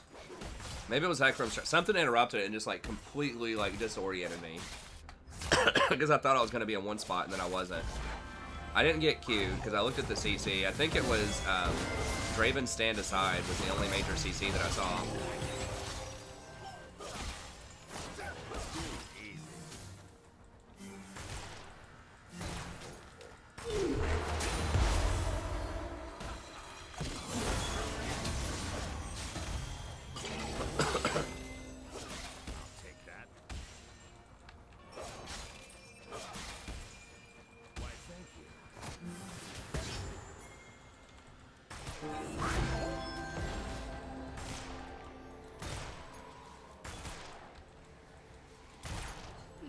I don't know if I agree with that. if you aren't having fun, there's no point in playing it. Maybe. I mean, like, if you're trying to be serious about something, you're trying to improve. Like, it's not always going to be fun, right? I mean, yeah, to an extent, yeah. If you hate it, you shouldn't be playing it. But at the same time, like, you know, a game like League this competitive, it's not going to be fun all the time for most people, probably.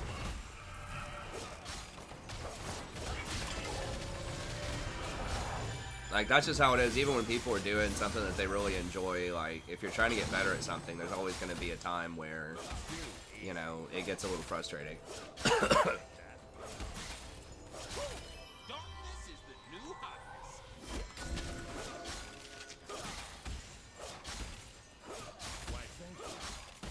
I would almost say, if you don't get frustrated from time to time, that it may not be worth playing, because that might mean you just don't care.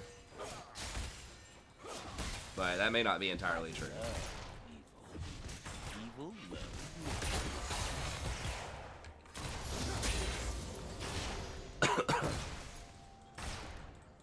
Yeah, I mean, you shouldn't be angry all the time, but...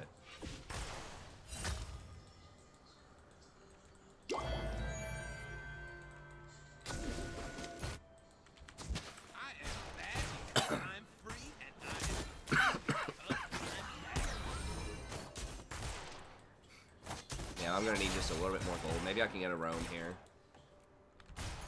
They're disengaging. I disagree with that, definitely, like 100%. League is a skill. Like, I don't think League would be any different from an instrument. Like, if you're trying to play it competitively, you know, if you're trying to like compete to get a certain, you know, thing.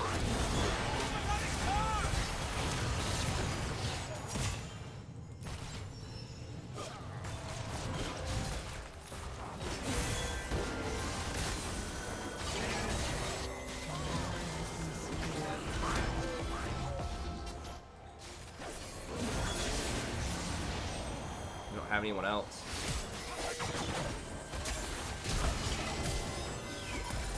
Disaster. Forget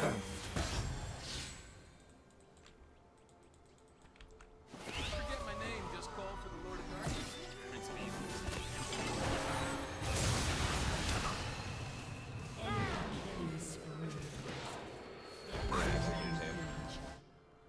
Executed.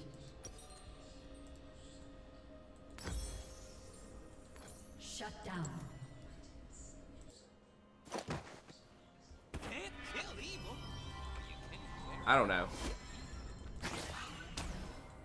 Yeah, but there are lots of things that aren't like life skills, right? Like accounting is not like a life skill. Like you don't need that to survive out in the wilderness or something, you know? Like you can always argue something is just a something, you know, if you don't care about it.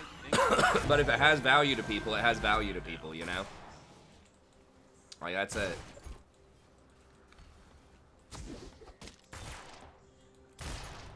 Like, I would say an instrument is not really like a life skill either. You know, it's like a lot of times, unless like if you're not counting League, it's like it's a skill. You know, sometimes you make money on it, sometimes you don't.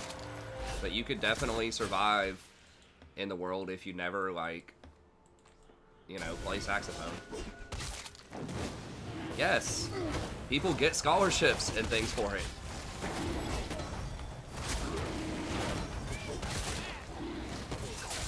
I mean, it's not like, it depends on the field you're going into.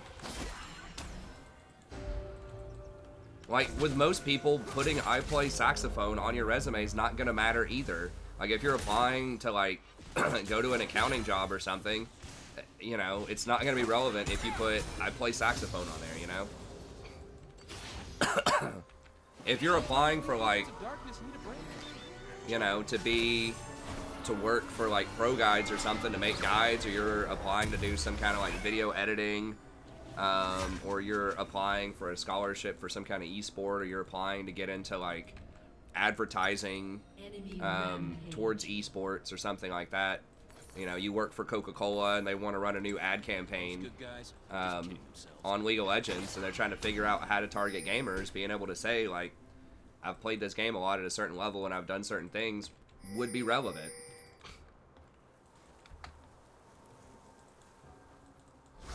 It depends, Dedicated. It depends on your job, man.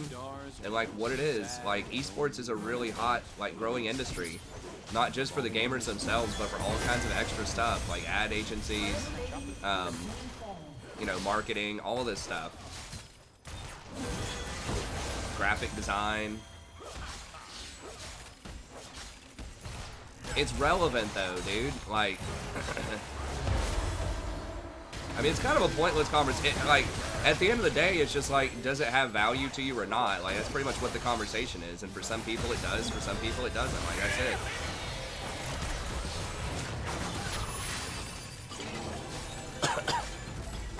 I mean, that's it.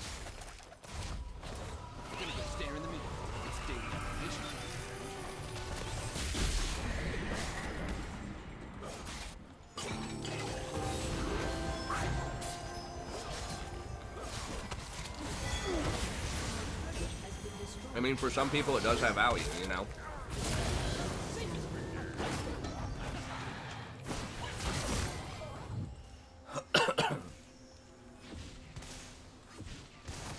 I think comparing it more to something like art would be a closer comparison than, like, in terms of, like, valuation. Like, some people think certain kinds of art is really valuable and some people don't. Doesn't change the fact that, like, stuff sells, pieces of art sell every day.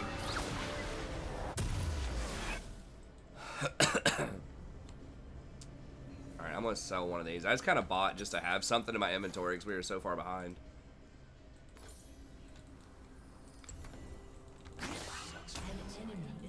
But it is less complicated. Oh, it's not warping the point, Dedicated. Like, okay, well, okay, as always, like, it's because you keep, like, moving around. Like, whenever I address whatever you're saying, you change it into something else. Yeah, these are, like, really vague definitions. I don't know what you mean. I'm trying to talk about, like, what a life skill is in a bunch of different ways.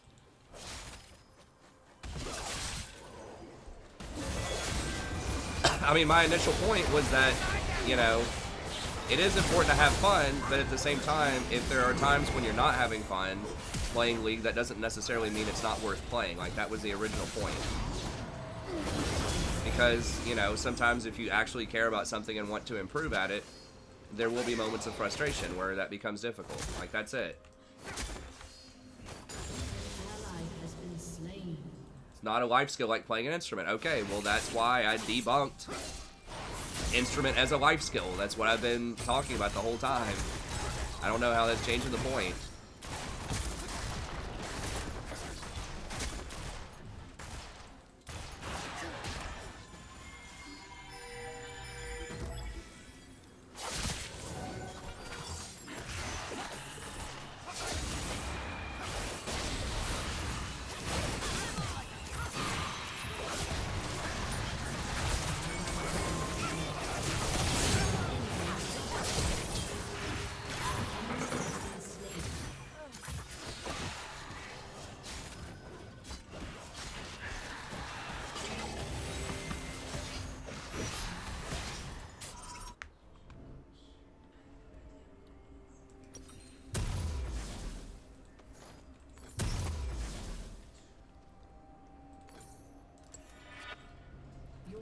has been destroyed. But that depends on the industry, dedicated. 100% depends on the industry. Like, there are some industries where it depends on what you're doing with that. Which job you're applying to. Like, these are broad, sweeping statements. Like, being proficient, like, at a video game can be more relevant than being proficient at the saxophone in many professional contexts. Depends on what you're doing. Are you marketing to, like, musical instrument players if you're, like, in advertising? Okay, then, like, the musical instrument might be relevant. If you're not, if you're marketing to gamers or something related to gaming, then that kind of experience would be more relevant. It just depends on the industry. I would say the vast majority of the time, having experience in either one of those fields, unless you're doing something directly related to the field, is not going to matter. If we're being honest.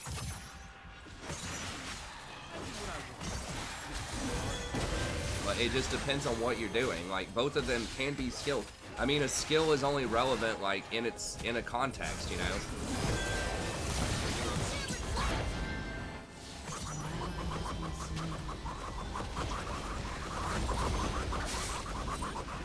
Like, you can be the best engineer in the world or something like that, right? But if they drop you into, like, a courtroom and tell you to win this case, like, you know, even though those might be good life skills to be able to do, like, mechanical engineering, if you don't know law, it's not going to matter.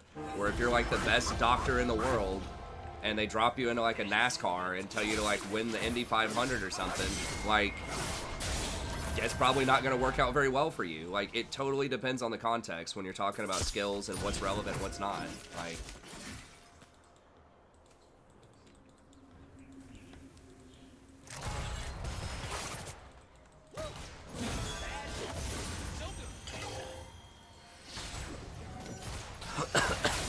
I think that term is just, like, extremely broad.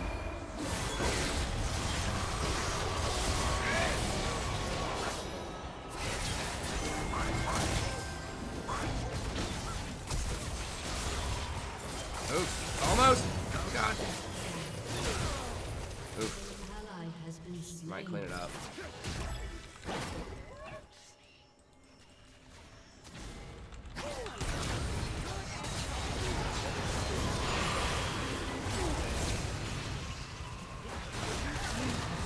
He's probably dead. It's only viewed by a hobby by a certain demographic.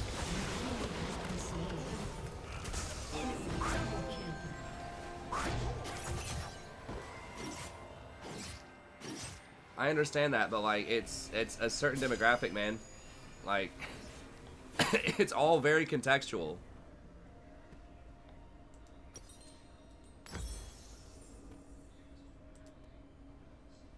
What do I even want here? Akali's really fed, and Vlad's fed. I think I just gotta go for Athene's here.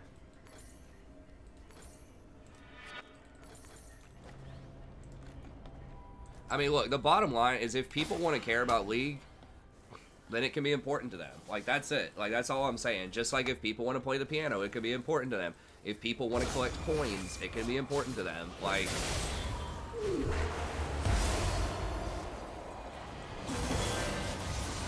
and so I was just saying that, you know, sometimes there can be stuff that's, like, interesting or important to you that's not always fun. Like, that was my whole point. You know, I'm trying to encourage people, like, not to give up or get too frustrated if they enjoy League and want to improve at League. That's it. Like, even if they're not always having fun. Like, that's the main point. Well, I don't know what you're saying, Doug. I think there's not really too much of a point to continue in this conversation. I think it's just a bunch of circling around really broad generalities where we're just kind of speaking around each other.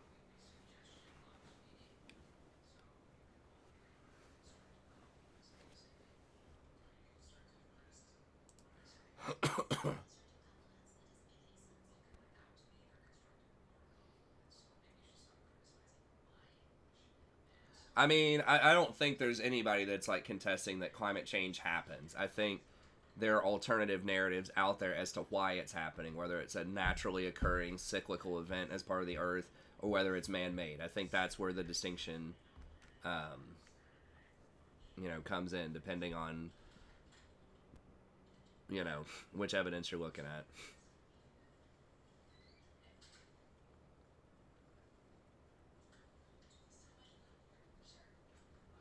But, anyways. Come on. Load them up.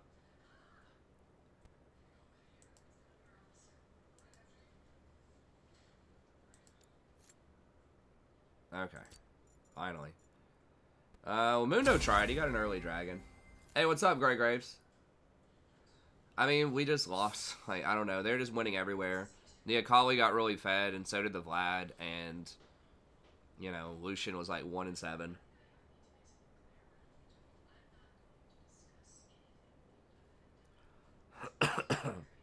Basically, I mean, Irelia was auto-filled top. She didn't know the matchup. She got spanked. And, they just pretty much played better than us at every role.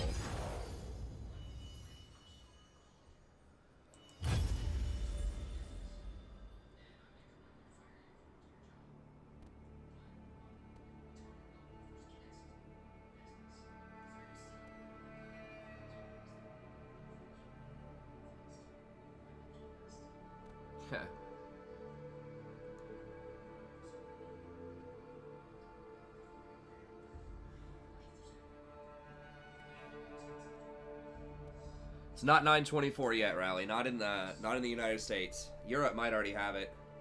In the United States, it comes out on Wednesday, typically most patches. So it'll be 9/24 tomorrow, and I'm gonna have tier list. I'll have the support tier list and the patch notes out tomorrow.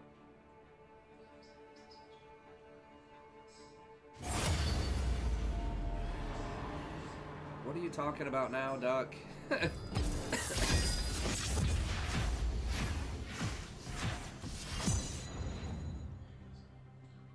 Are we broadening this out to, like, rhetorics of power now? We just want to talk about, like, the nature of existence in general? Is that where we're going with this?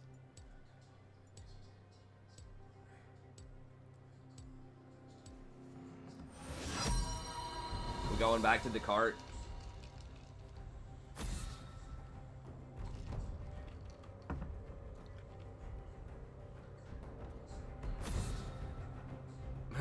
Justin says, I like apples. Agreed. My daughter likes apples. But she only eats like a couple of bites and then she's like done with it. It's just too big. I guess we'd have to probably cut them up.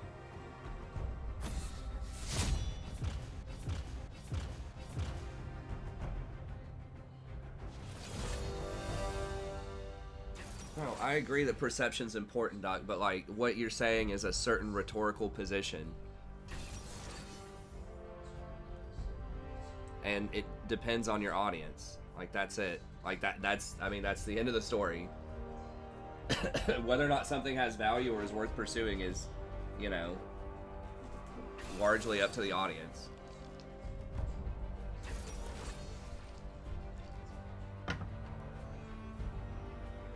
Kiwi OP. I mean, I just don't, I just don't think it's worth, like, pursuing the conversation. I think a lot of people are probably tired of us talking about this forever.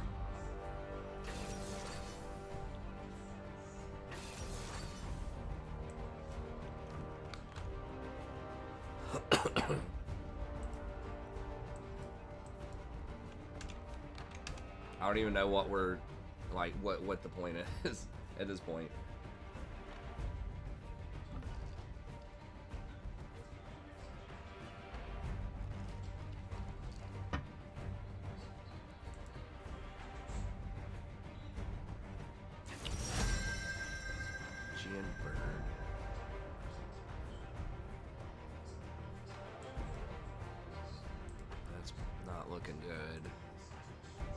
I think we get one more dodge or one more loss before we get demoted. What? Oh, it's like misfortune support or something.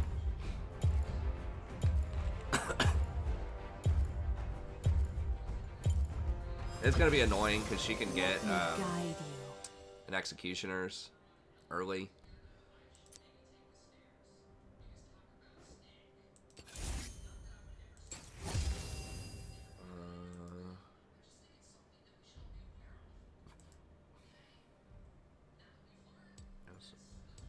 What?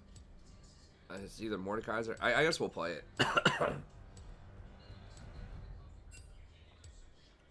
Most junglers in high elo.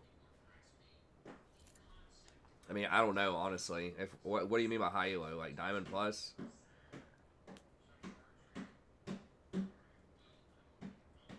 I mean, probably like Olaf. I mean, Olaf is good in a lot of elos. I'm not really sure that. I mean, I don't play in Diamond Plus that much. But I mean, I think Olaf is really good right now. If you're really good on Lee, I think Lee's good. Elise. Maybe, I don't know how Mundo... I feel like Mundo's strong, but I don't know how strong in, like, really high elo games.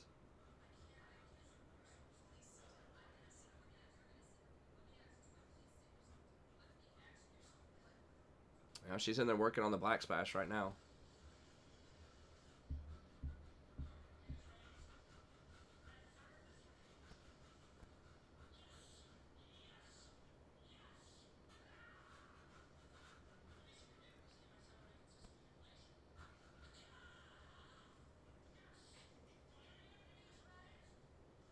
Back to Season 7. I mean, they're going to have a lot of poke. Like, it's going to be an annoying lane. Like, it's pretty good in the laning phase. I mean, we do have a Lee Sin. That should be easy ganks. I mean, yeah, I'd probably say Olaf. Olaf for sure. And then probably, like, Lee.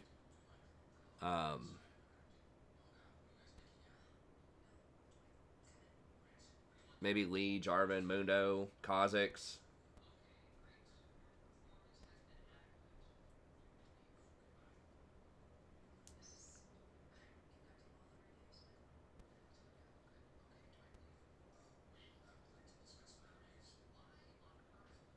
Maybe Nunu. I don't know how Nunu does in Challenger.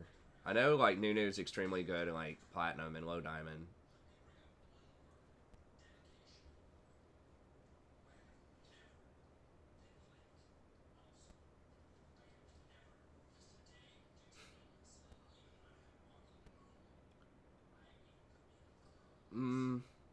Yeah, I mean, she does have better items now, but her E, I believe, got nerfed, and, like, the big thing is Black Cleaver got nerfed really hard from where, like, it used to be. I think it used to give a lot more AD and had less health on it. And I'm pretty sure her E either used to cost less mana, be on a lower cooldown, or do more damage. Some combination of those. But yeah, I mean, now she does have,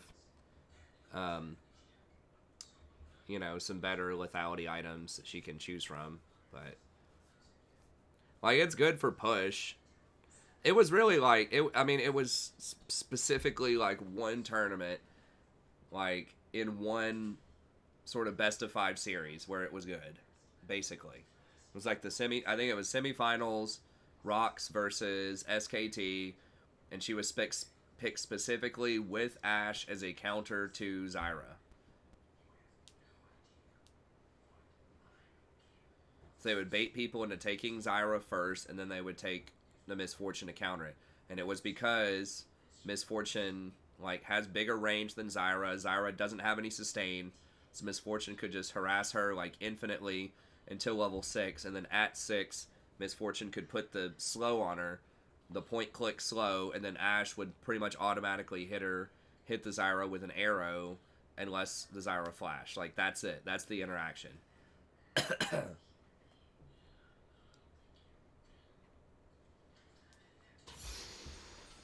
Like, that's why people picked her. It was a very specific counter pick. Probably the most popular weird counter pick in, like, World's history.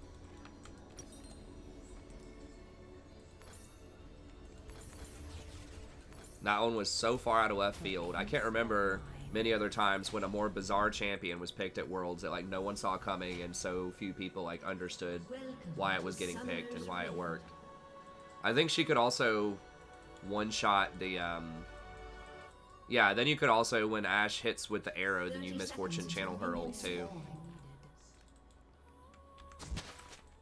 A summoner has reconnected.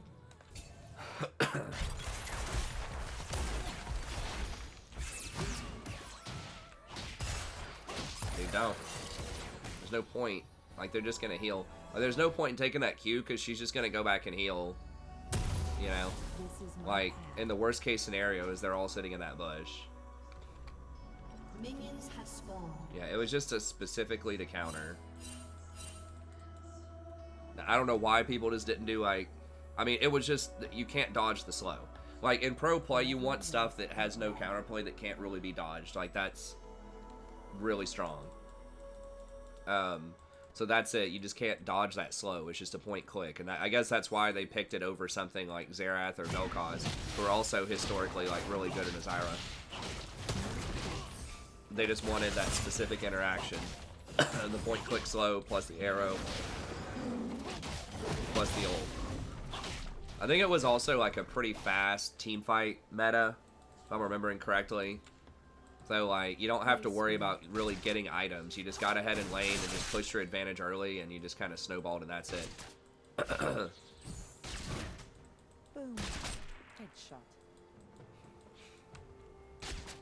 Faker took all off against... I mean, yeah, Faker's done some pretty weird stuff, potentially, but this was like both sides were doing this, and then it was banned for like the rest of the tournament too. Like, it wasn't just like a one-person thing, although that is a good point. It was, oh god, what the... Like, misclick. I was trying to click on that to get the last hit.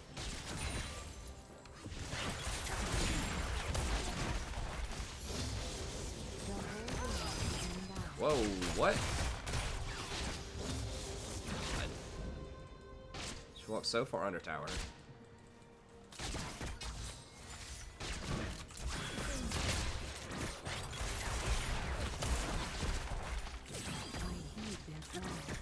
It's basically against misfortune. You just kind of wait until a gank comes in. It's just like a worse like Xerath support,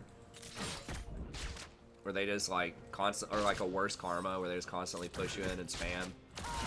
No, dude, what the? To heal and protect. So tilting. And she literally cast an ability to make sure that I didn't get the last hit.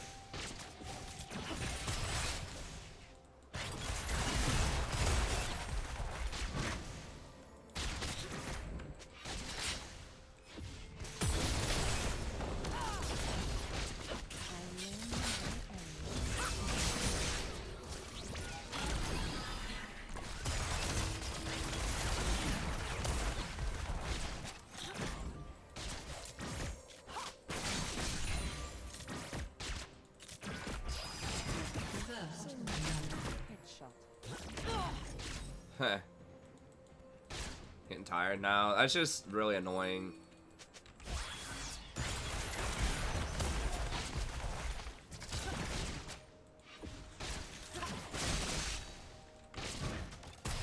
Where am I needed?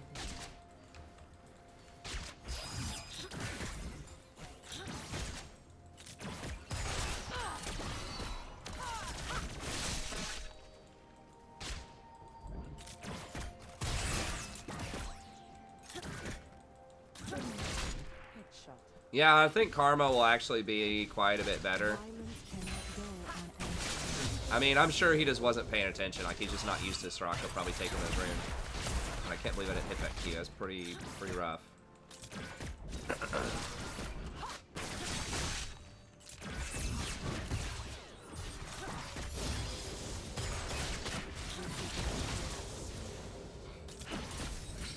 Yeah, I mean, if Lee doesn't, like, come down here, we're gonna fall pretty far behind, I think.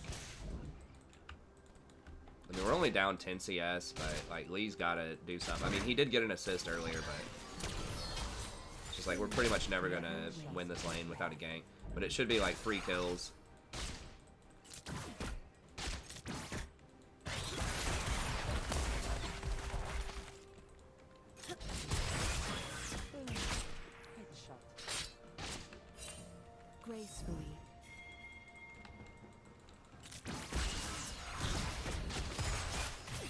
take it.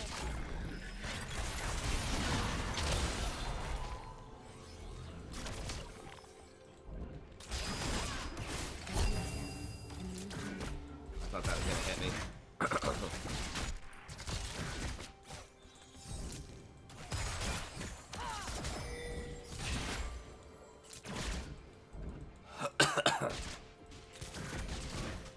Boom. Headshot. The whole world.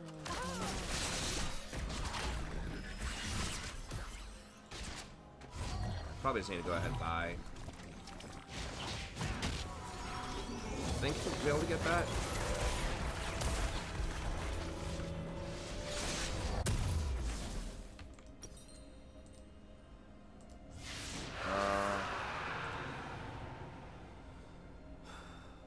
I can get Chalice probably. They don't really have any CC though. I guess I have to get I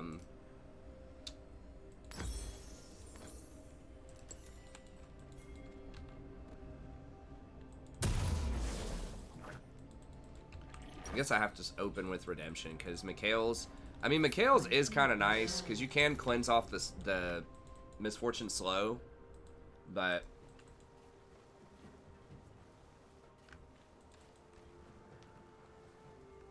Hey, what's up, Nox? We're gonna do, whenever it releases, I think it's Thursday, we're gonna do a Skaven campaign, and then we'll probably do a Dark Elf campaign, too. And I've got a pre-recorded, Vampire Counts campaign, but I just decided not to go ahead and start releasing it because there's gonna be the new content coming up first. Went ahead and got this component just for the health regen, just to help get us through this lane a little bit better.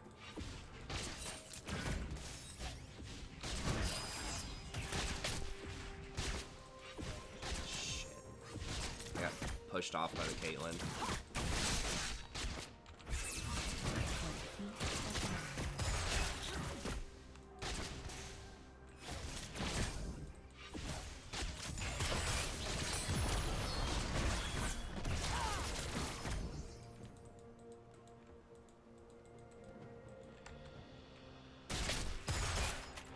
Where am I?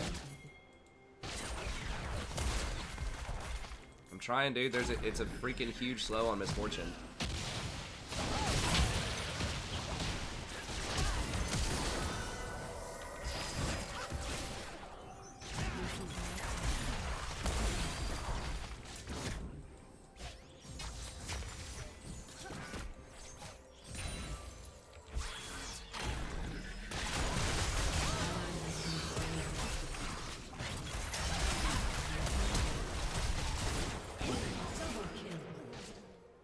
She's got healed too.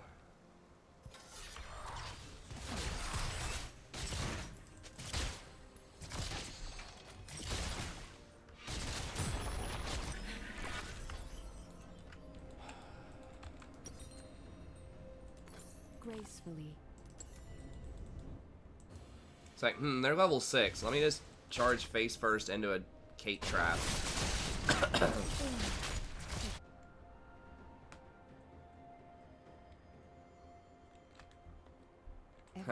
Rat Ogres are actually pretty good. They're not really, like, you don't want to play them like cavalry. Well, sort of like cavalry. It depends. Rat Ogres are pretty good in certain matchups early on. Like, they're one of your best armor penetration, but usually you just go with the Play Claw catapults, but...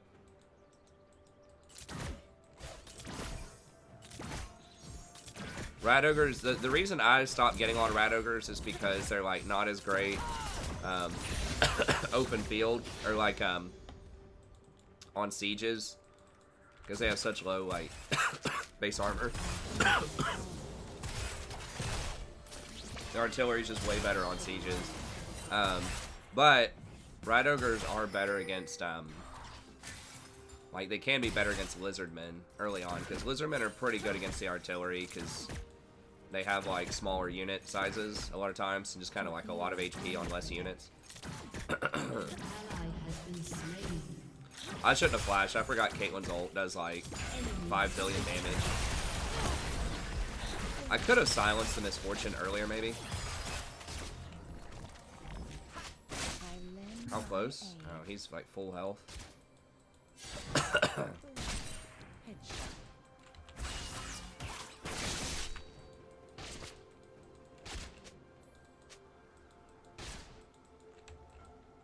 Yeah, I mean, I usually play on SFO, which has way better balancing than the base game anyways.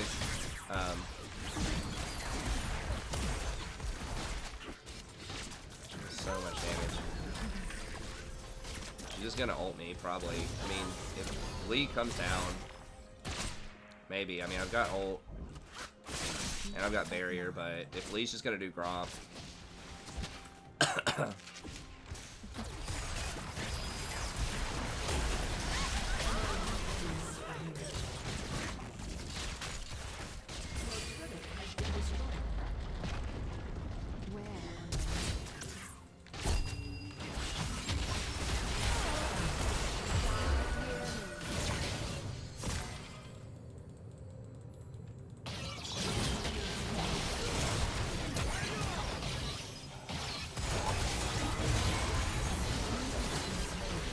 He overcommitted. Alright. I guess that's some good news. This is my path.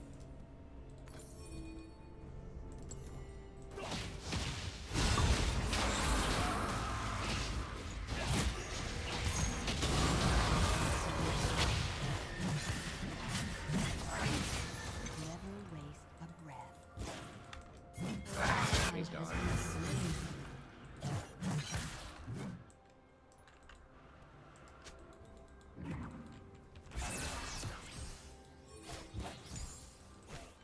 We can't do anything about it, man. Like, everybody's dead.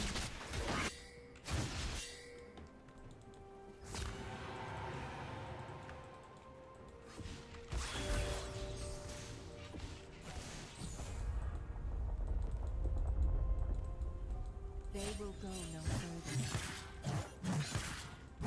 The mountain one's the one that I like the least, the map.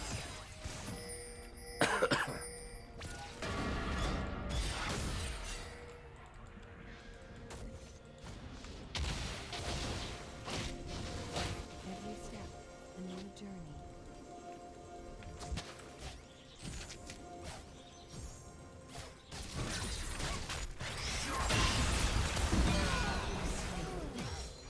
An ally has been slain. Guess I should have backed up. I didn't think he was going to loop all the way around right in front of Lee Sin like that, but... Turret plating will fall soon. Guess we just got to give him the whole jungle. The whole world in balance.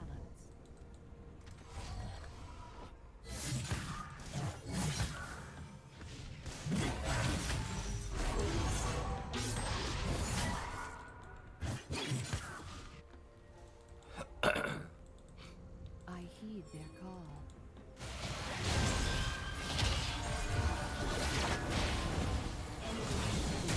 Dead, Arna. Flash.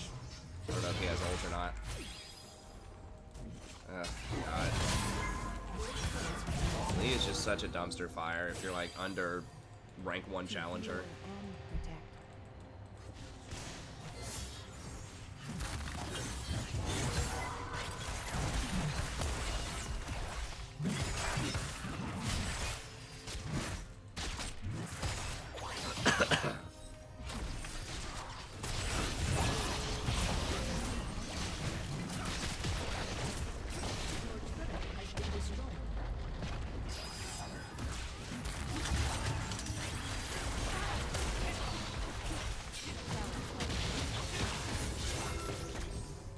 For peace of mind.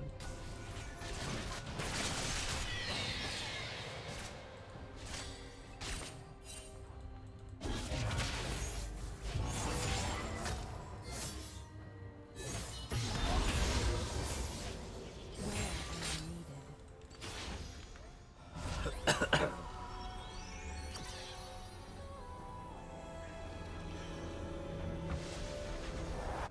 Yeah, Skaven's better than dwarves.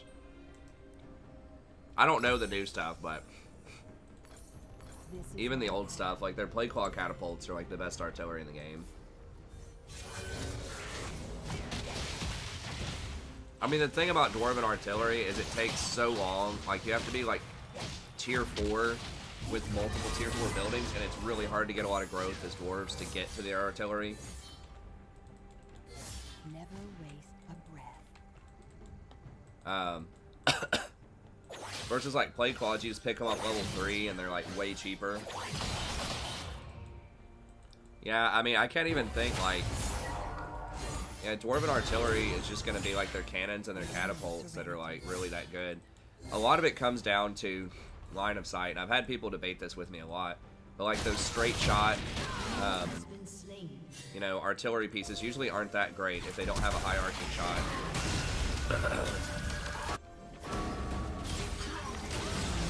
You always want to run towards the heel, or just like keep running towards their tower? Tower? All right, sounds good. Enemy double kill.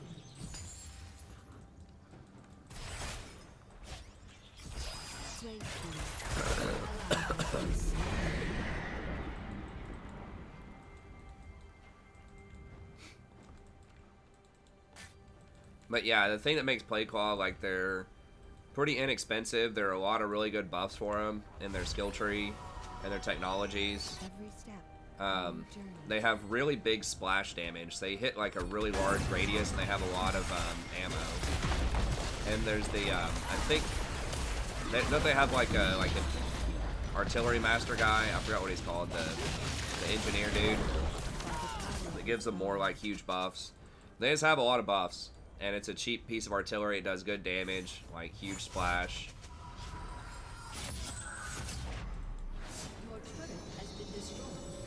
Yeah, that's pretty much all you need are those Plague Claws.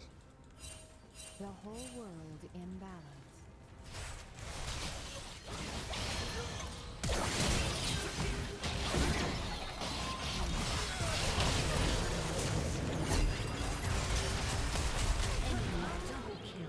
Alright, well, that's...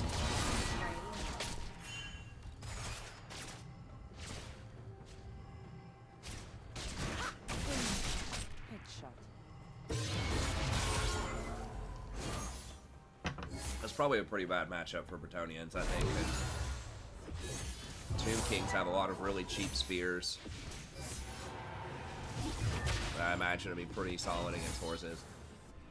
Bretonia, I mean, it's alright, but like honestly, it's probably one of my least favorite factions. They have some stuff, but they're just like so all in on cavalry, and I just think cavalry in general in the game is like standard horse cavalry is pretty underwhelming. This Mord's just crushing everybody because it's bad on sieges, and I mean a lot of fights are sieges. It's not necessarily that it's boring, it's just terrible on sieges. Like, it's terrible with, like, really long fights, you know?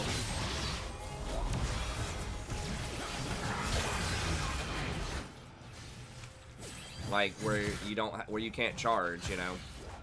Where you're just kind of, like, having to slug it out at the gates or, like, on the walls. That's part of why I don't like Cav that much, is you have to charge cycle them a lot to be really effective. I much prefer monsters to Cavs for that reason, because a lot of times monsters can stick in combat way better. And they're at least going to do a lot of splash damage to infantry, a lot of like the bigger monsters.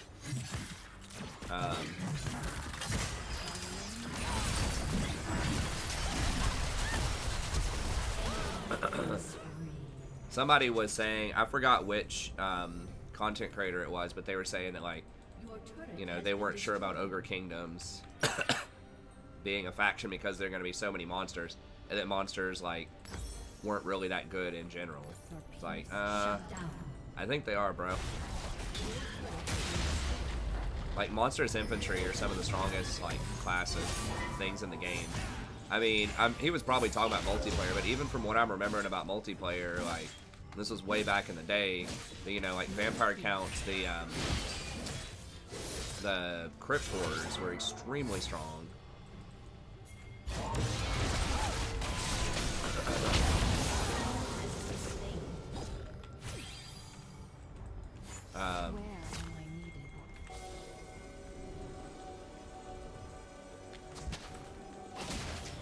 Dragon Ogres are pretty strong. Now, things like demigryphs are a little bit different because those are like monstrous cav. Those are a little bit better.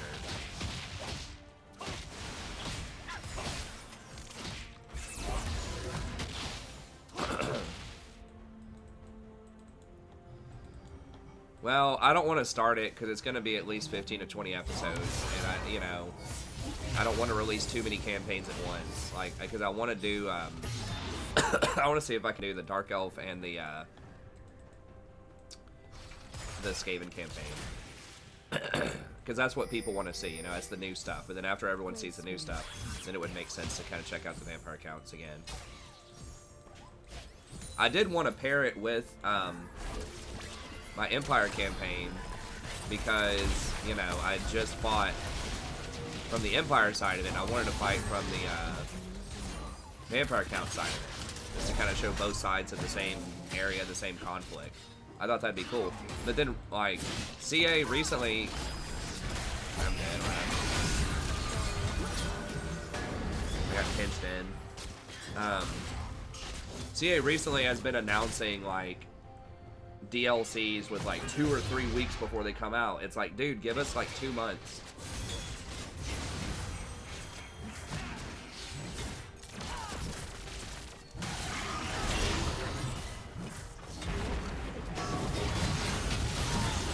I mean, I don't know why they're buffing Dark Elf.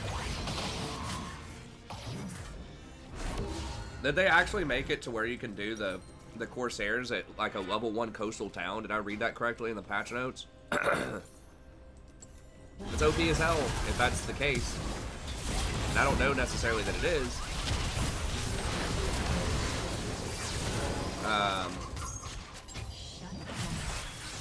Because the Corsairs are extremely strong for like tier 3 infantry. I mean, they're not as good as like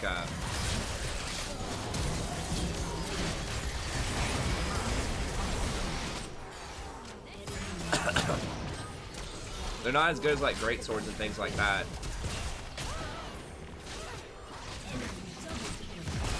Well, good. I hope it's hard. I don't know. Dark Elves are probably one of my favorite factions. I think they're really strong. I think they're honestly in the strongest. Like, you could argue they're the strongest faction. So I don't know why they're above them. They have such a good like assortment of different units, and they're like very strong early, mid, and late game. They have great legendary lords, great economy, it is great mechanics, really strong magic. Like, I mean, they're just pretty good at every stage of the game. Like, there might be some stuff better late game, you know, like maybe high elves with the dragons and stuff, but like high elves really lack like good infantry until like like tier 4 with the sword masters, and those are expensive.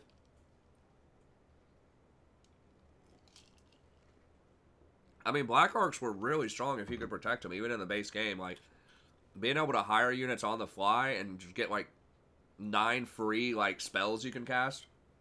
But yeah, maybe they made them even better. I don't know. We're gonna have to see. I think the hardest Dark Elf campaign is probably Marathi. We'll see. But that's just because Marathi's terrible. It's not hard in a good way. It's hard in a, like, man, this champion, or this legendary lord is bad kind of way. The hardest campaign in the game, I think, is Skarsnik. I don't think it's even close. Like, if you're playing on a really, like, you're playing, like, legendary or something, Skarsnik is absurdly hard. Especially, they, like, nerfed him. Since the first time I ran it, they nerfed the little, the armor...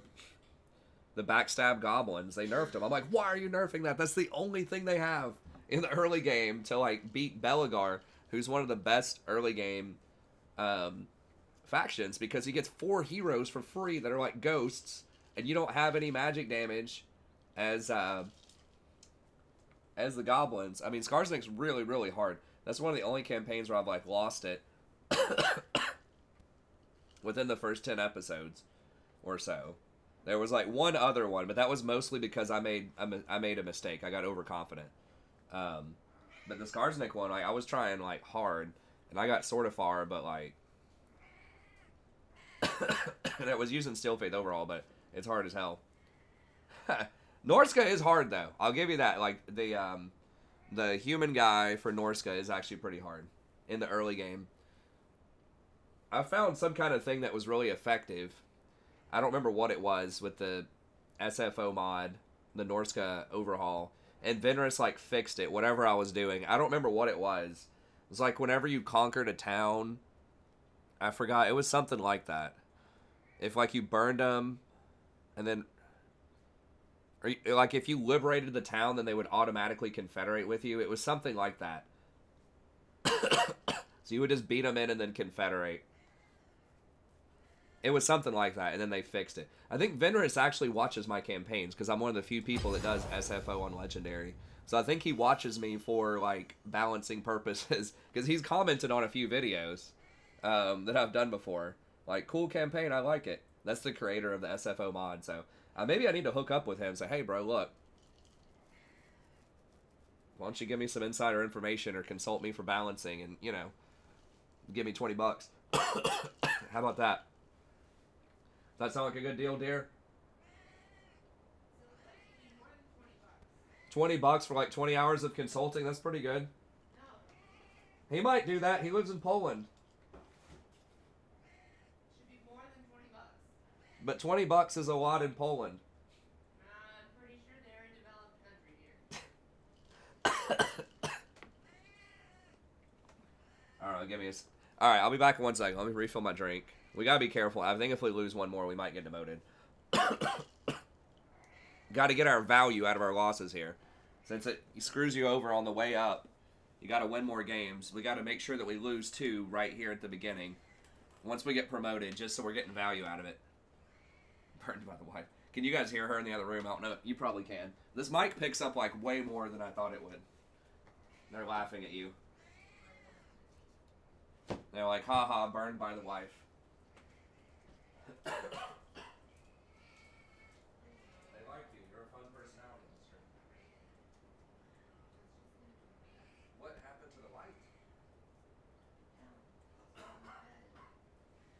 But then you decided to do more.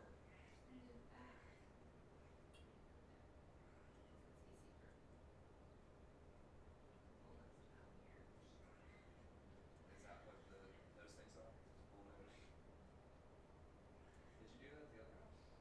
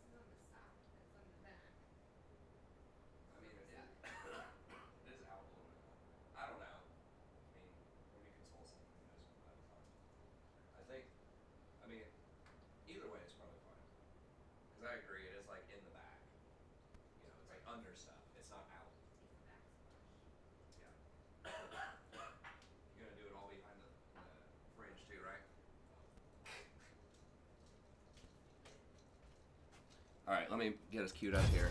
Sorry, she needed to consult me for design because I'm the design master. Back in a second.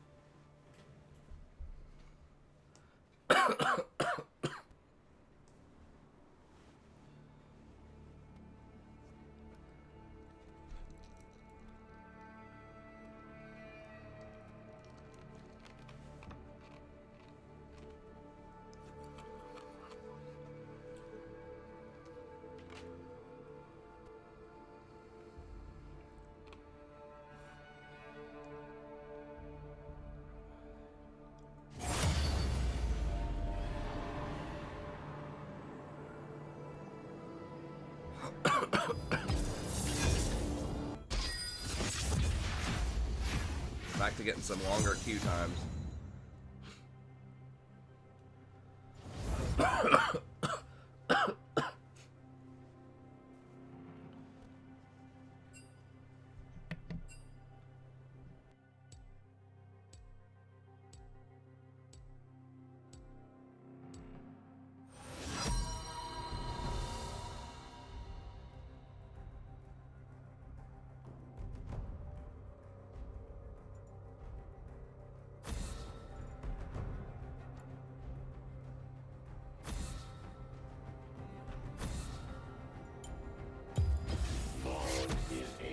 Alternative.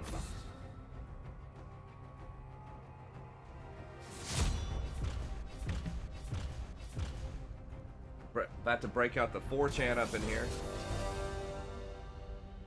I don't care. I'll talk about anything, Phil. If no one else is talking about anything, I'll talk about whatever. No, I don't play Hearthstone. It's probably an alright game. I looked into it, but this looks like a really simplified version of Magic to me, and I'd just probably rather play Magic if I was going to play something like that.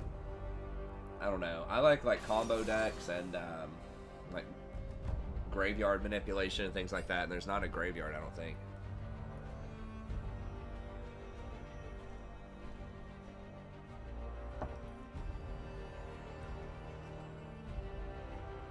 Yeah, I mean, it's alright.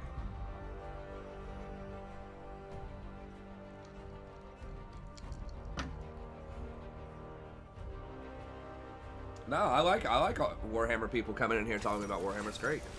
I feel bad because I can't stream for you guys like that much. I mean, I could try to maybe start doing like a Warhammer stream maybe on a Saturday or something in the afternoon. If we could get a you know, an audience for it. Do I use planeswalkers in Magic? Like in general, would I personally use it? I mean, I haven't played since like 2014, but I wouldn't be opposed. I mean, it depends on the deck. But yeah, I mean, I'm sure I probably would somewhere. Yeah, I should announce it a little bit more. Against Janna?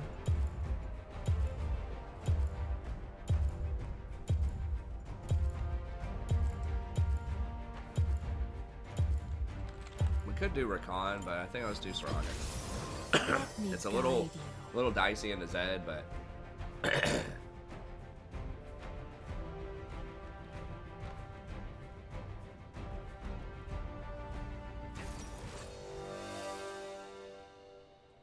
oh, I mean, I think most decks have some form of planeswalkers in them. It's just like a card type. Like, there's a ton of them now. It depends on, like, what the deck is, but... if I were going to play something right now that, like, looks fun... I would probably play Modern, and I would play, Bant Urza, like the Urza with Oko. I think that deck looks really fun. I really liked the, what was it, the OP Graveyard dude. That deck was really fun when he came out, but they banned him. Yeah, it's still going on. Dude, back in the day... I don't like exhaust on Soraka. I could do a whole video about that. I mean, it would help with Zed, but I can probably heal through most Zed stuff without exhaust. And Barrier helps you out with Ignite and gives you more, like, protection than exhaust does most of the time.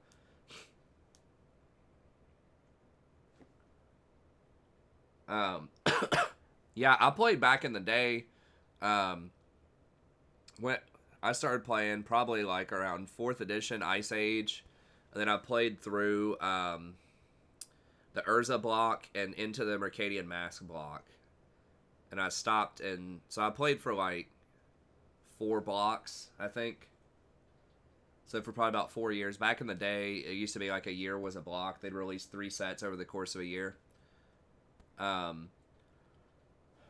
And then they'd have the core set like in the summer. They nerfed exhaust a while ago. But yeah, I was at Pro Tour 99, baby. I was a teenager. But yeah, if I had kept some of my cards from back then, dude, I was like, man, I would have had like 10,000 bucks or something. I didn't realize it was still a thing either. I went back and tried to play in like 2014. I played with damn, what was that? The Siege Rhino deck. Cons. I played in like Cons block, but then I just had a bunch of other stuff I was doing. I was like studying for exams. I just didn't play consistently. I played like pretty consistently for about half a year, and then my favorite card shop closed down that I really liked. I hadn't been going there very long, obviously, but like I'd been going there for like 6 months. It was awesome. And there just wasn't like a really good replacement. And I was like really busy with school. That's when I was taking my comprehensive exams and stuff. But yeah, I used to have tons and tons of like older cards. Not like Black Lotuses and stuff, but like Urza block stuff that would have been like pretty valuable. To heal and To Summoner's Rift. But yeah, I would love to play. It's just like there's not an audience. I wouldn't mind playing Magic the Gathering online, but there's just really not an audience. Like if I could get an audience and like, you know, monetize it. Some people have done it. never waste a breath. There's a few like personalities that are able to do it, but it's really expensive to get into Magic. I think that's the biggest thing. Is it's so much money, and it just turns a lot of people off. A lot of newer people, like the younger crowd.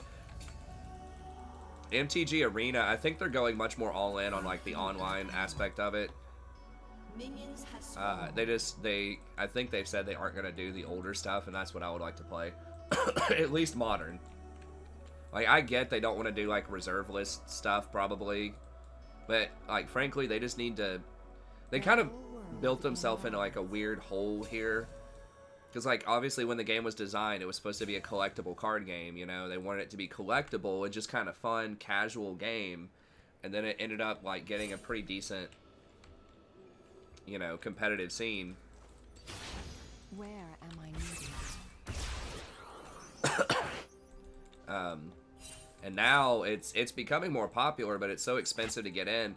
And, like, more people are interested in it, but it's like it's very easy to manipulate the market. Like there's just people with like tons of money that are like investing in it and driving up the prices of stuff, especially some of the older sets. And so it's like you're paying a lot of money for something, but like it's very fragile because it's illiquid. Like there's not enough buyers and sellers. So it just makes it really scary to, you know, drop $1,000, $2,000 on a modern set when a lot of the stuff could fall out of favor. Or if something gets banned, you know, they ban a key card out of one of those decks.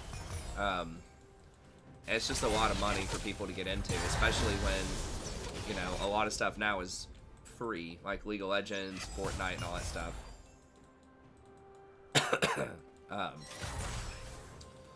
But yeah, and then they made Magic the Gathering Online, but like, you had to pay similar prices, not quite the same way, but still very expensive stuff, to play that game. You know, you're still paying, like, maybe a deck would have been $100 or $1,000 in paper is like $750 in the online.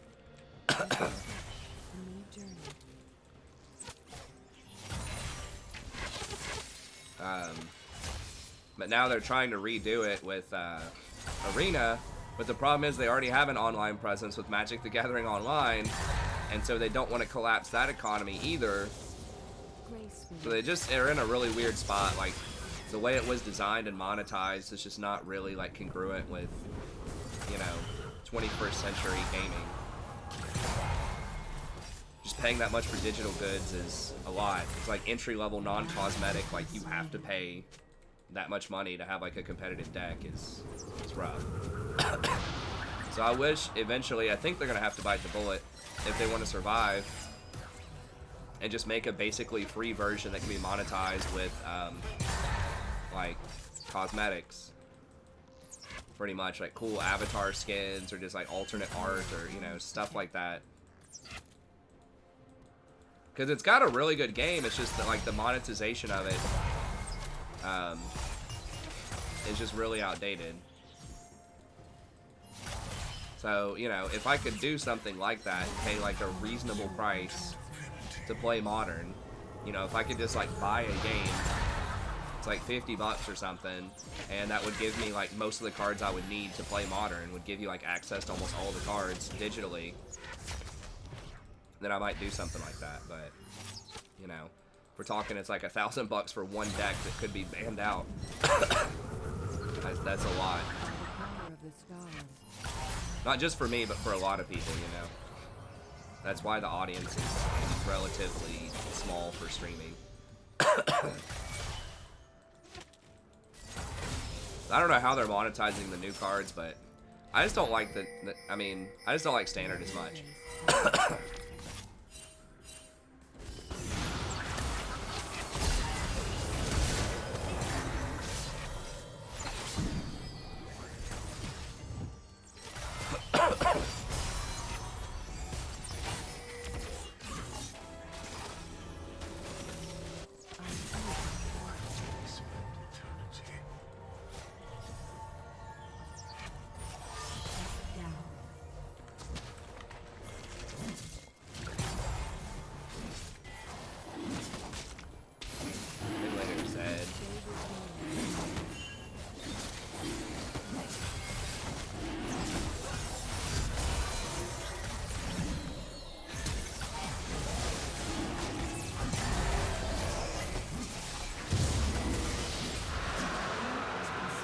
God, he missed the smite.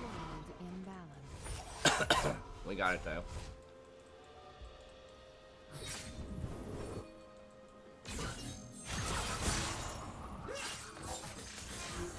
So great game, it's just a problem of monetization. It's just outdated, so they gotta rework it. They're trying, but I think it's really smart to turn it into an esport to try to dig into that Hearthstone a little bit. Dude, get one plate with me, bro. One plate. I mean, Shaco's right there.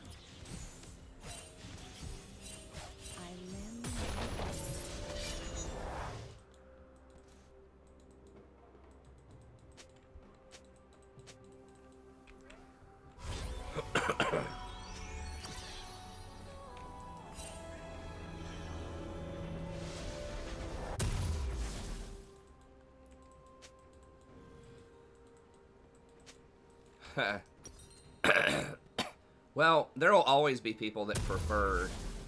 I'm not saying murder people like Rudy. I'm just saying for the online stuff. Like...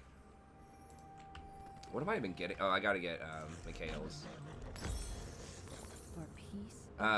because there will always be kind of physical card collectors, but I think it's, I mean, it's an industry that's got to go that way. Ally has been Like, slain. I think if it wants to really, like, thrive, I think Hasbro is going to eventually, like, it's going to come to that. Step, new journey.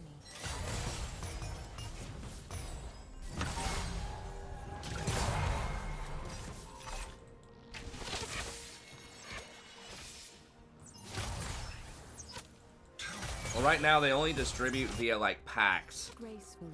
which is kind of awkward, too. I don't know. It's a difficult puzzle. But, like, vintage, I do watch Rudy from Alpha Investment. Sometimes. He's entertaining. He's very smart, obviously, about, like, the finance part of it. I think he used to be, like, an investment banker. I mean, vintage is just, like, kind of, a lot of stuff is really getting just whacked. Because, you know, a lot of the younger crowd is just not going to buy into that. Like, it's just so much money. And really, it's a lot of the older crowd. Which, you know, that's good, but that can only take you so far.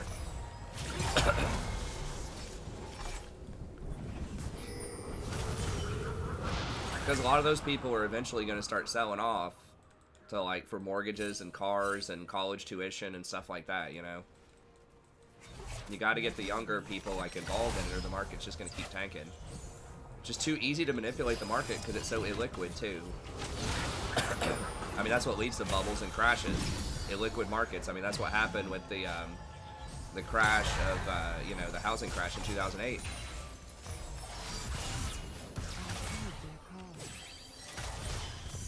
You gotta be very, very careful dabbling. I mean, that's the thing, is it's like it's partially collectible, but it's partially playable.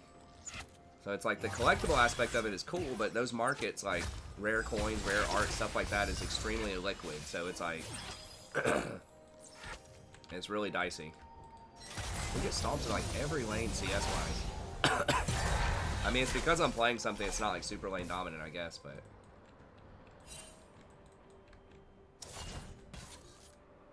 I know. I mean, maybe they could look at Hearthstone. I think they're trying to do more Hearthstone-esque stuff.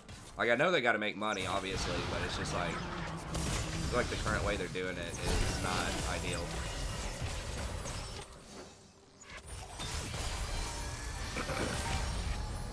Okay. I guess we got her ult.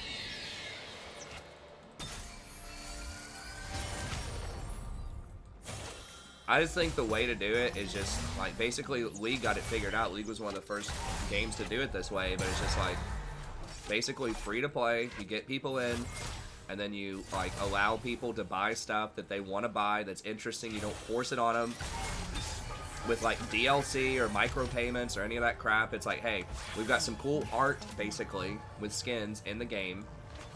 If you would like to buy some art, you may buy some art to enjoy your favorite characters.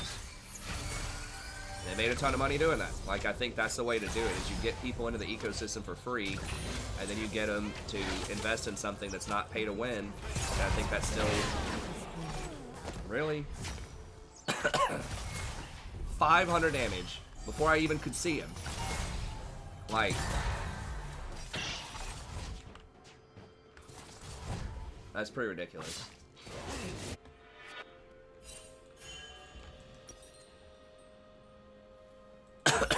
Rampage.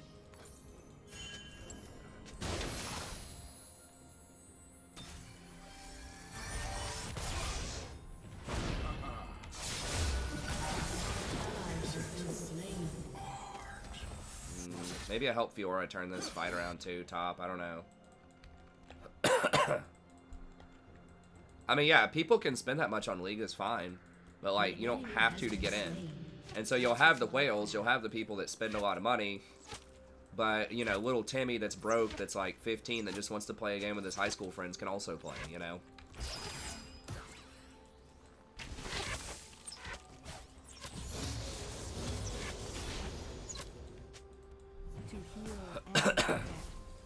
Well, yeah, I mean, if you get banned, though, like, they just don't ban random people. I don't really feel bad for people that get banned. I think they try as hard as they can not to ban people. Never waste. I must have I think that's a Magic term. I don't know if other industries use that or not, but like little Timmy, or like Timmy is the An ally has been slain. you know, slang for kind of the casual gamer.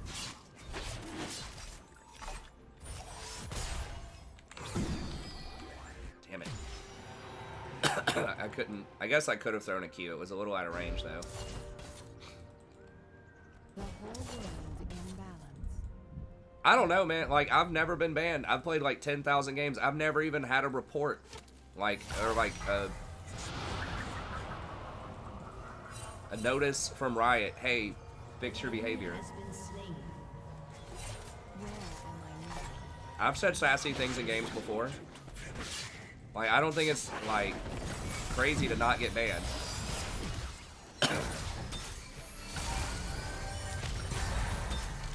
Like, nobody ever like forces you to say anything in this game, you know what I mean? I lend my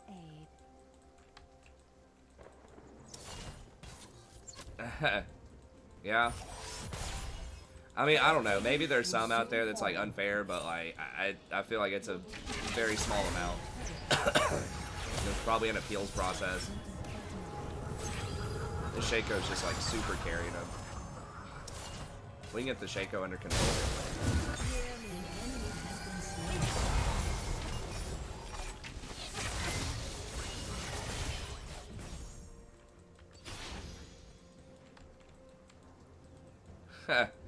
I know, but I'm just saying, like, people have control. Like, you can say sassy stuff to people sometimes. You just can't, like, constantly AFK or, like, say a bunch of racist stuff, you know? Like,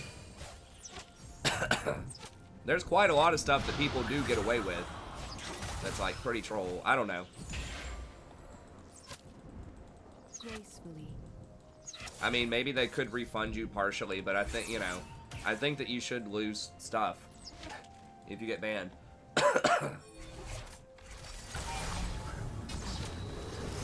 There should be consequences. I mean, the fact that people can already just make another free account is like... means there's not like a huge...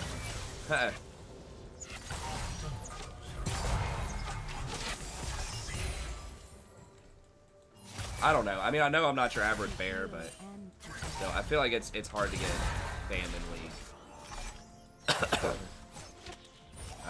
I mean, Shaco's there, right? Like, there's no way Shaco's not there.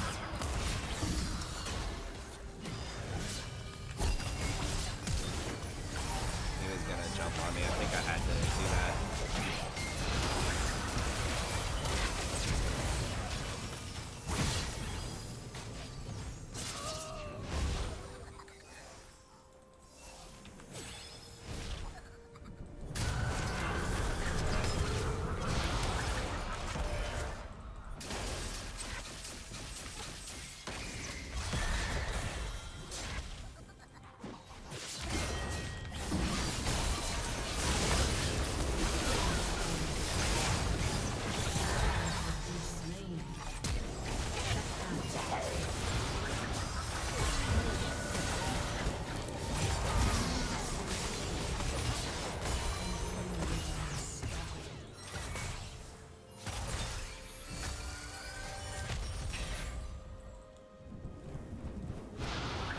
I think we can win this. I don't know why people are tripping.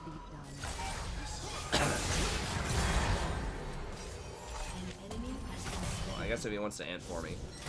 I didn't think he'd be able to one-shot me without his ult.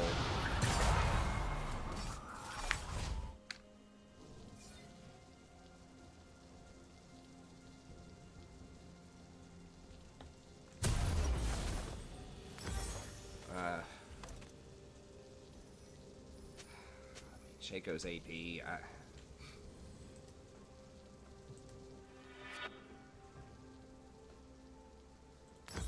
The whole world in balance. I just don't think I can stop and get... Oh, I should have gotten Ionian boots though. I should have got some kind of boots. I was thinking about getting Ninja Tabby or not because of Zed, but Where am I needed?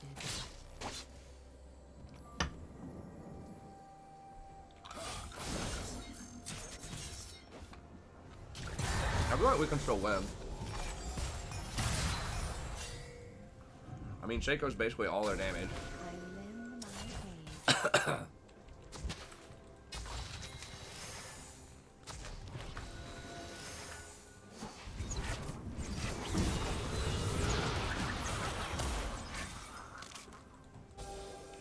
I mean, they're gonna do dragon. A peace of mind.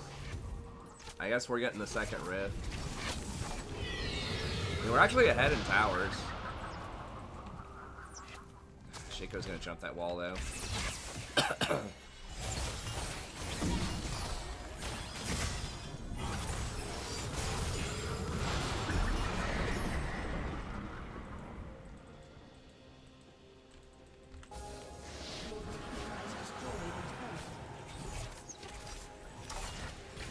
can't be there because he could just jump the wall. Has been slain. An enemy has been slain. An enemy is dominated. I don't know if I could have saved him or not. He was diving tower. This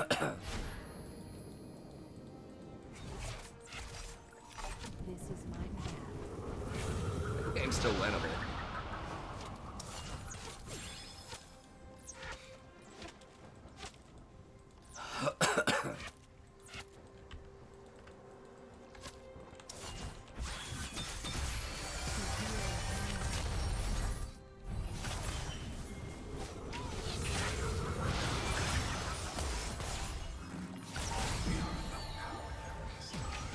Go!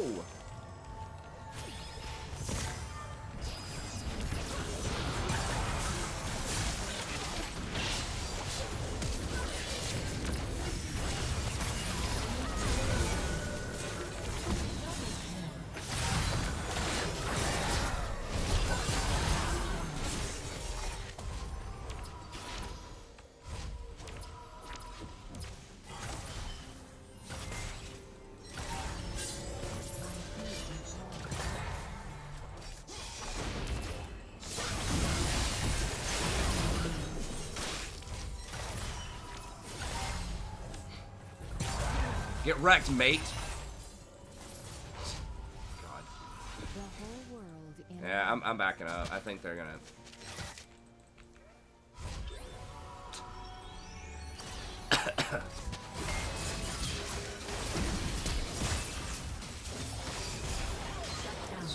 Fucking dumbass. God bless.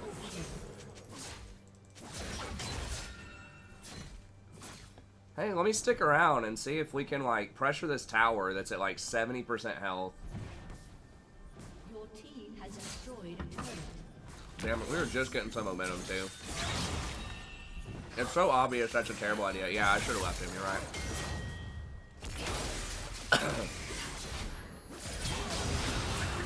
You're not gonna kill him with Janna sitting there, man.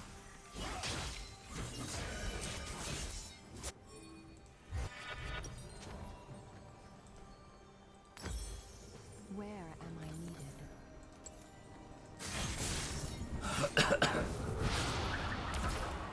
needed? Shaco does kind of fall off, like... We should outscale him. I mean, once Warwick starts getting some tank stuff, and I get, like, one more item...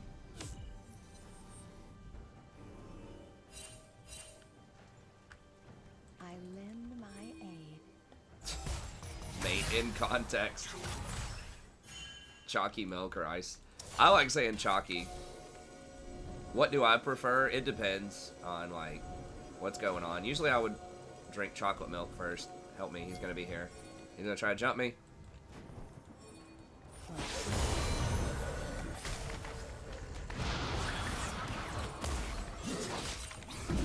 That's obviously the fade.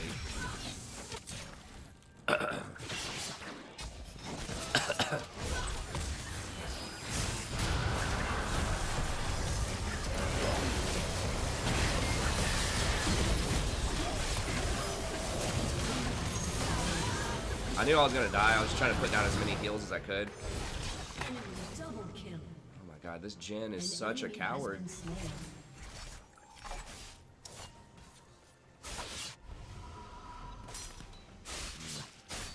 I feel like we should have been able to win that. I mean, I'm dead. If, like, nobody kills the Zed, like, if I silence the Zed, as soon as he goes on me, if I don't have barrier and ult, like, I'm dead. So I was just trying to heal as many people as I could. Dude's just, like, rolling out with, like, 100% HP.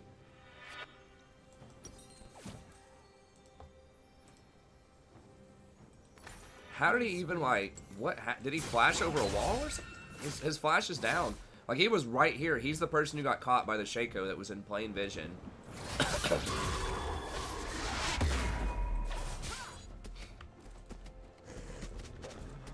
is my path. So I don't have no clue where he even was. Like,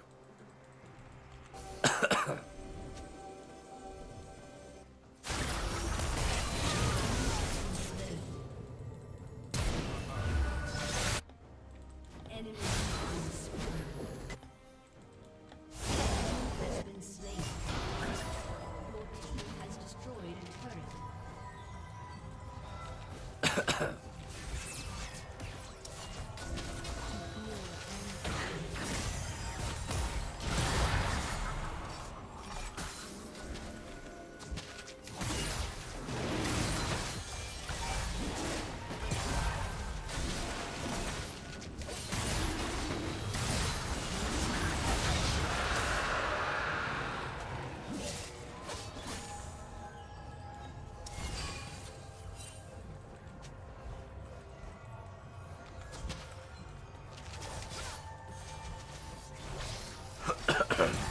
can we do it?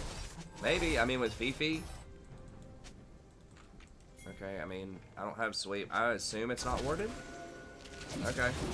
Yeah, I mean, if they don't come over here like right now, I think they're coming over them. And Shaco's like doing blue or something though. I do have barrier this time. Katarina can probably zone him. Shaco's there. Shaco's there. I don't want to risk the game on this.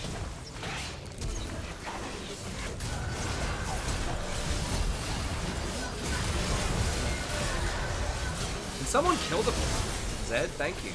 Okay, well, we won. I mean, Zed literally blew everything on me instead of the Jhin, so.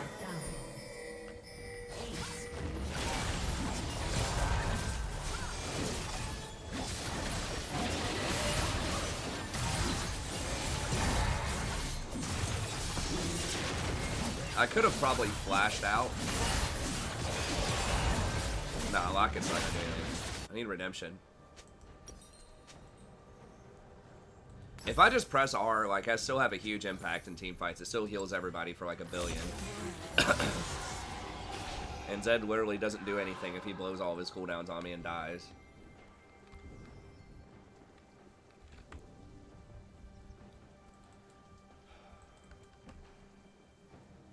Oh, hold on, I need that Baron money.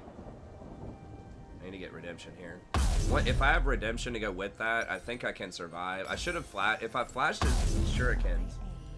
I didn't think he was going to be able to cast them.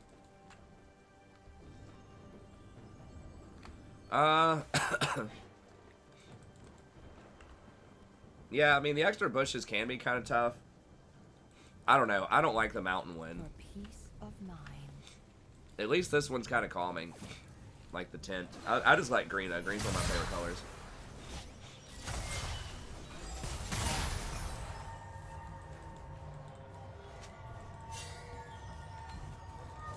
Every step. I mean, we need to like not be farming golems right now. We've wasted a minute just like down here farming golems. Like, put pressure in lanes. The golems do not matter. I mean, I guess she is trying to hit 16, which is an important breakpoint. Right? Like, we need you to pressure lanes, sweetheart.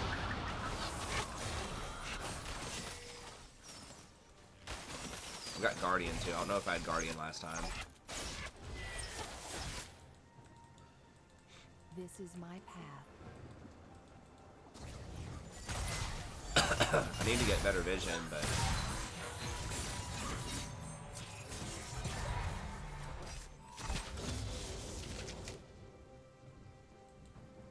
To heal and protect.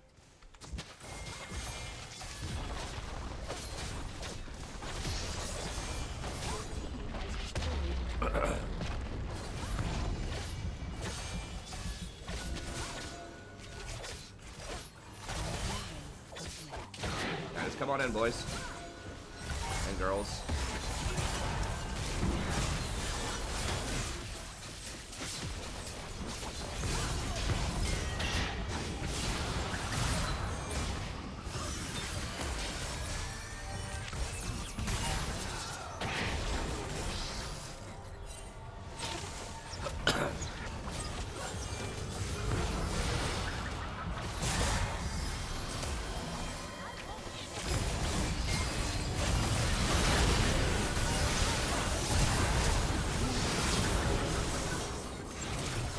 Accidentally pressed the camera. I think we're just gonna win. Like, they're spending so many resources trying to kill me.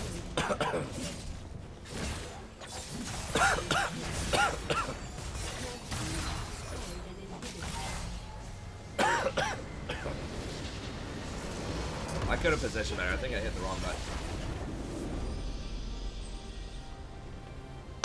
I use my index finger.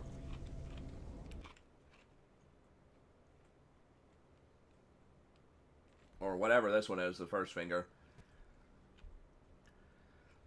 I'm not sure if we would have been demoted after a third game. You get a few when you first get in, but yeah, it was nice.